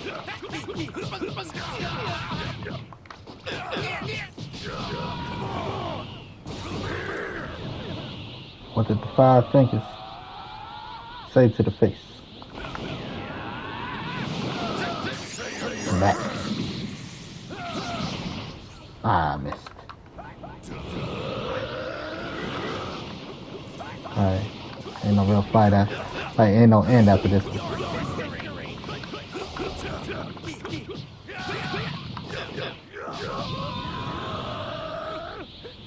Right, this is their Ultra Instinct. Ultra Instinct is quote unquote the high.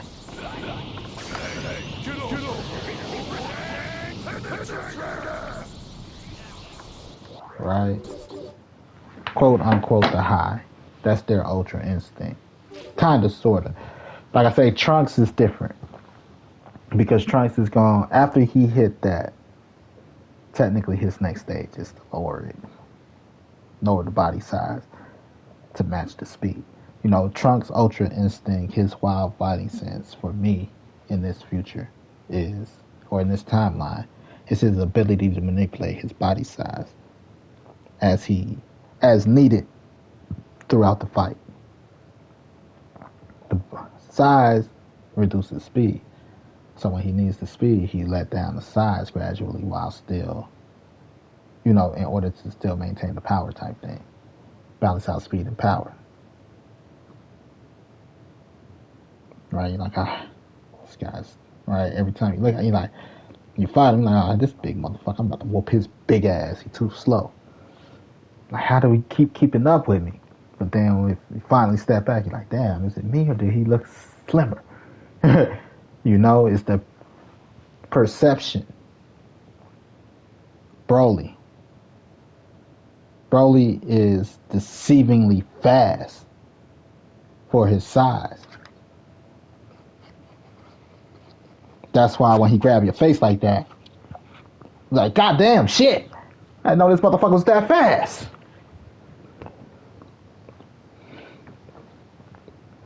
Get what I'm saying? You get what I'm saying? But this is the future Trunks came from. We're gonna play this one.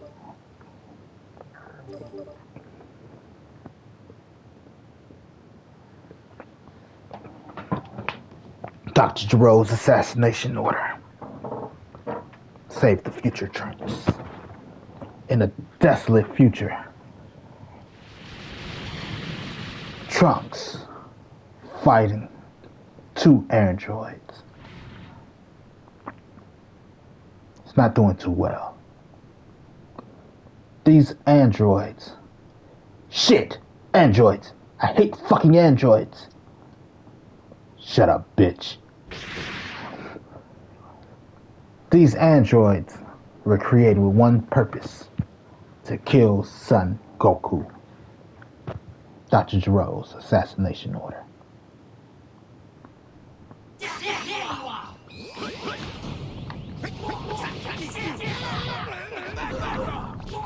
Because they never said what the androids look like in Future Trunks timeline. Just that there were 2 androids. Which makes me think that Z's Future Trunks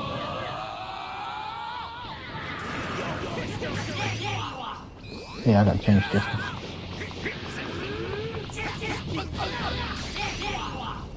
Z's Future Trunks, the Future Trunks story, and Z's Future Trunks are 2 different Trunks. The history of Trunks, the movie, and the Z's Future Trunks are 2 different Trunks.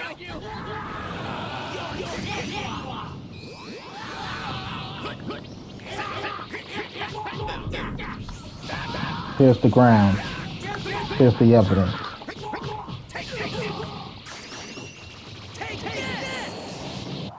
Future Trunks comes through. Goku, Goku, Goku, Daddy, Daddy, Daddy and Goku. Androids. Bad guys. Help. Where I'm from, there's 2 androids. They're coming to kill everybody. Goku, you don't make it, you die of a heart attack before they even get here. In that description of the androids, it's just 2 androids. And then when they do the flashback, these androids they don't have a body. They're shapeless, they're bodiless people. That was done intentionally. Of course, it's done intentionally to hide the reveal of the androids. But I personally think it was done because of the whole timeline mishaps. No matter what, there should be at least 2 androids trying to kill Trunks somewhere in the timeline. What these androids look like vary because, as we know, it's a different timeline. There was 2 androids, 17 and 18. And then there's Dr. Gero in 19, 2 more androids.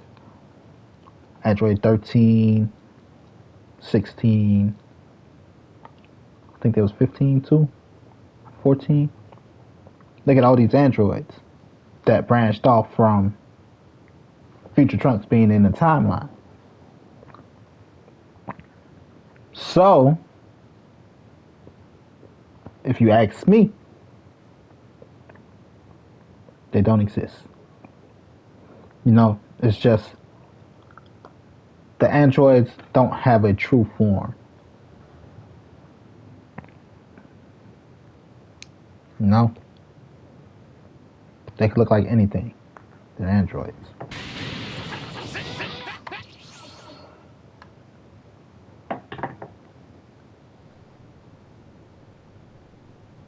These androids were created by Dr. Gero of the Red Ribbon Army, one of Goku's former nemesis as a child. They had one order: kill Son Goku. They were so good, they killed Son Goku They killed Son Goku's son. They killed Son Goku's son friends. And they killed Son Goku friends. They were very thorough at their job. There's only one survivor left. Trunks and Bulma.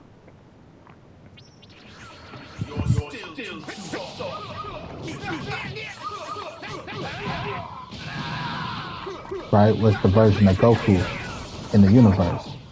I'm using Super Saiyan 4 Goku and Baby Vegeta.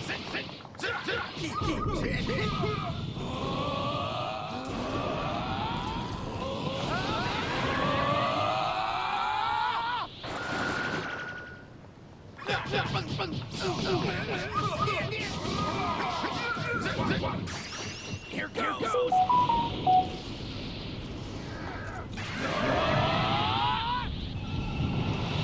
This is the end for you.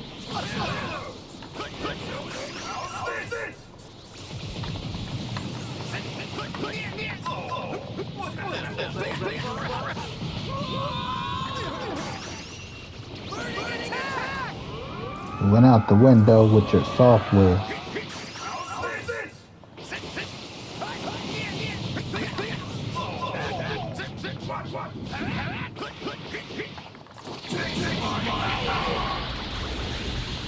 I'm supposed to rev up like an engine.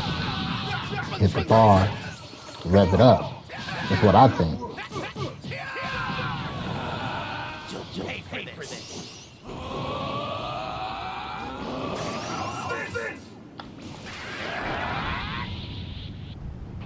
This is my true power.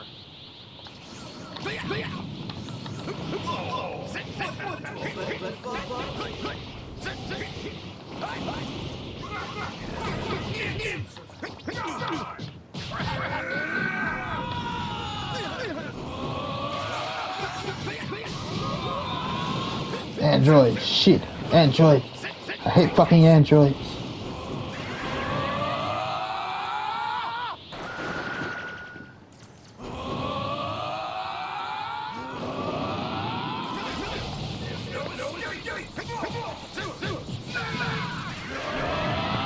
Right, this is how Trunks fight. His ability to change his body size, speed, strength.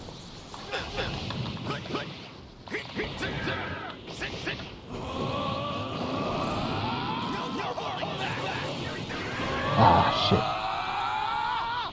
Need to go up.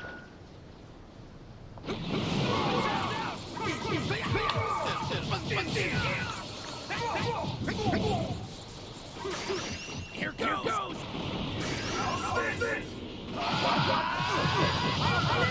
Give me that hand. This is the end for you. The problem is Trunks can't come down without coming all the way down.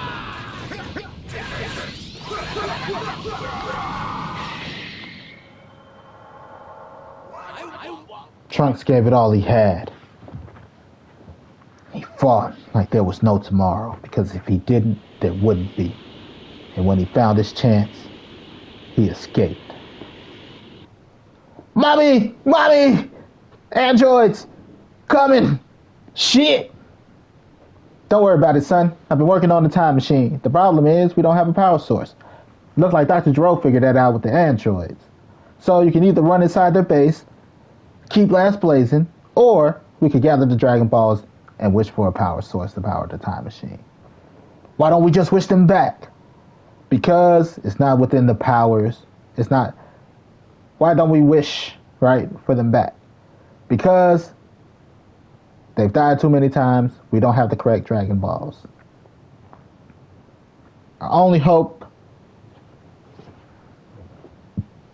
send you back in time. But I can fight here. We could go find the Dragon Balls. Trunks, shut the fuck up. You got a concussion. One too many metal hits to the face. Get in the fucking time machine and bring back Goku and Vegeta.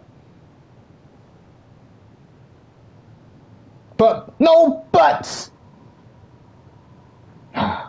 Fine. as Trunks laid in the incubation chamber to heal and get his 17 Senkai boost from getting his ass whooped 17 times. He sat and he wondered. I wonder if they would help me. We'll find out on Dragon Ball Sparking Super Trunks.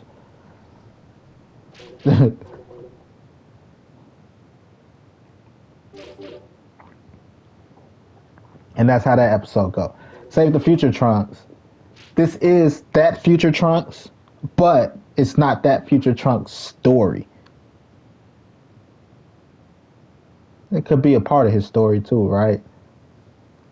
Like, this is where the story of these guys end, you know, and then another fight or another tournament bracket is where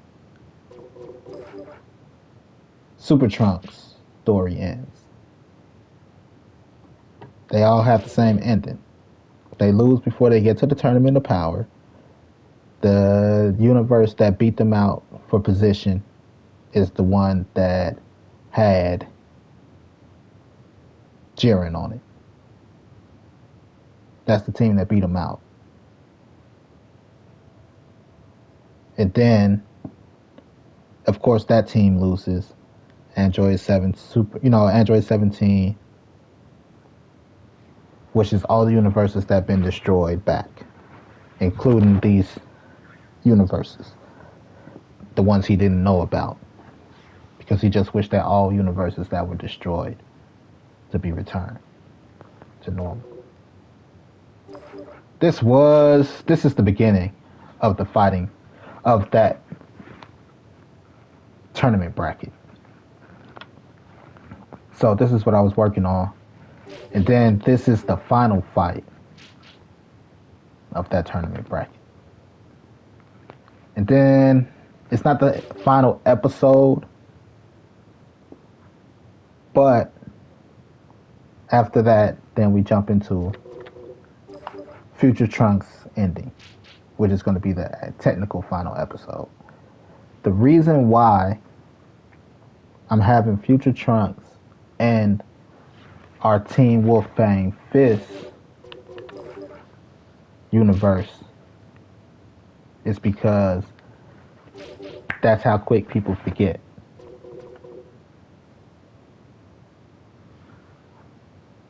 Like, oh, that shit's done.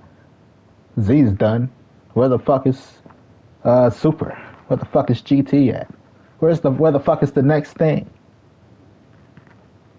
That's how much people give a fuck. Like, GT don't exist anymore. We don't give a fuck. Give us something that exists then.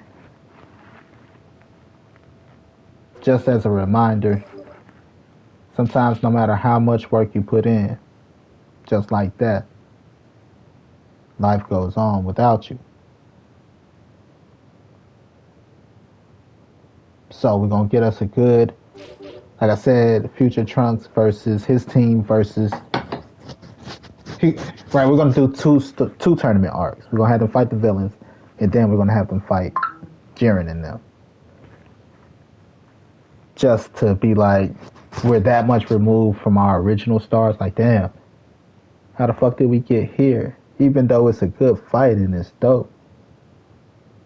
Who would have thought that we wouldn't be watching our stars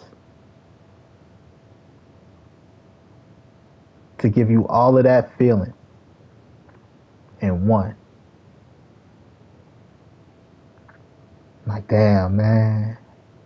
You think they really gonna just end the universe like that? We just watched these motherfuckers level up, become friends, you know, all the things, you know, near death and death. Because it's Dragon Ball, we could have a little bit of death. Dragon Ball X Machina. Like, we just watched all of that shit for them to lose in the tournament. What the fuck? What the fuck? Who you think gonna win? You think Future Trunks and them gonna win? Like, shit, I thought we were gonna win. I thought we were protected by plot armor. I don't know who the fuck gonna win. right? How quick a motherfucker just like, damn, gotta keep going.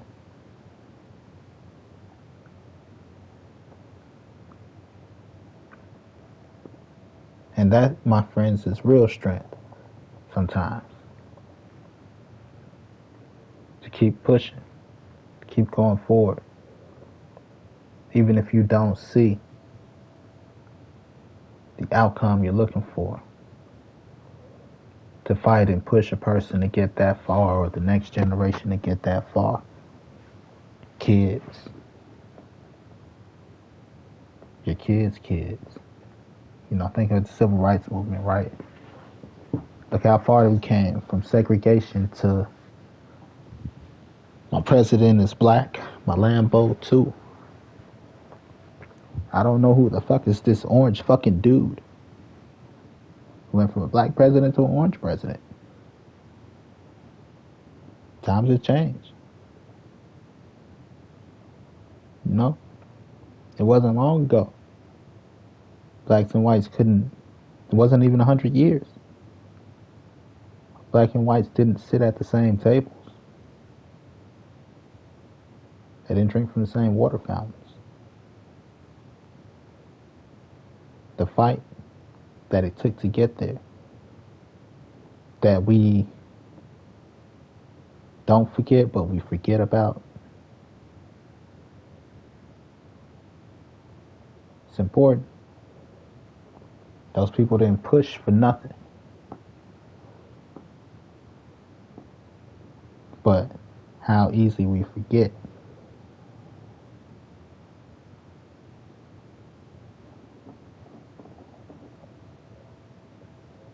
So, I want to leave you with that sense.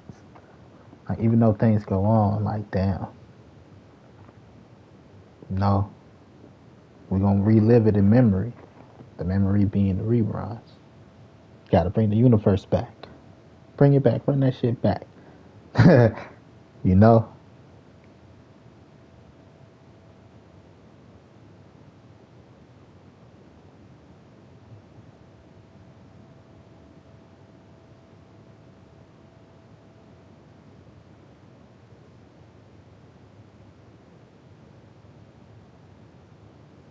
Yeah, you're like, I didn't know it was going to get so deep just now. This guy surprises me. Sorry. It just made me have to think about death and stuff. And moving forward. I'm strong over here. But thinking of the people lost. The people that's still here that's affected by the loss. You know? Because death affects people big way, whether we admit it or not. Like, there's this lady that died, and like, this is what made me sad just now. The way her death affects people. Lovely lady, great lady, love the lady. You know, in love with a granddaughter, still, as much as I can't stand this motherfucker right now.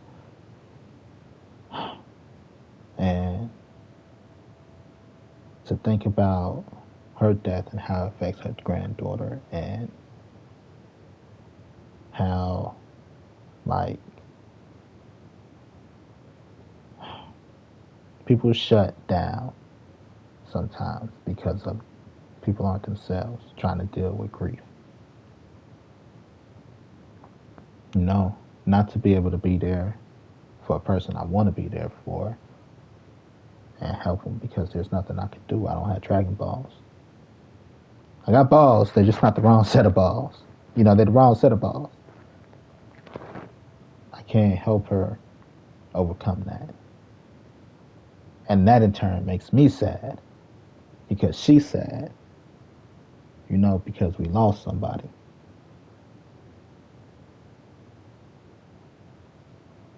So, crazy. Did not expect to get so deep just now. Fuck me and my strong sensitive heart.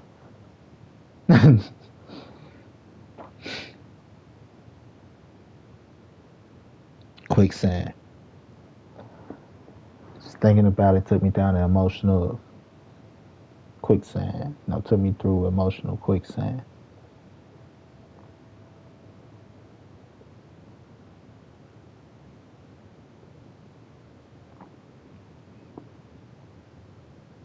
I don't know what to do. If you're out there, lady, I love you. 125. Take a break. Beat my dick. I'll be back. Huh.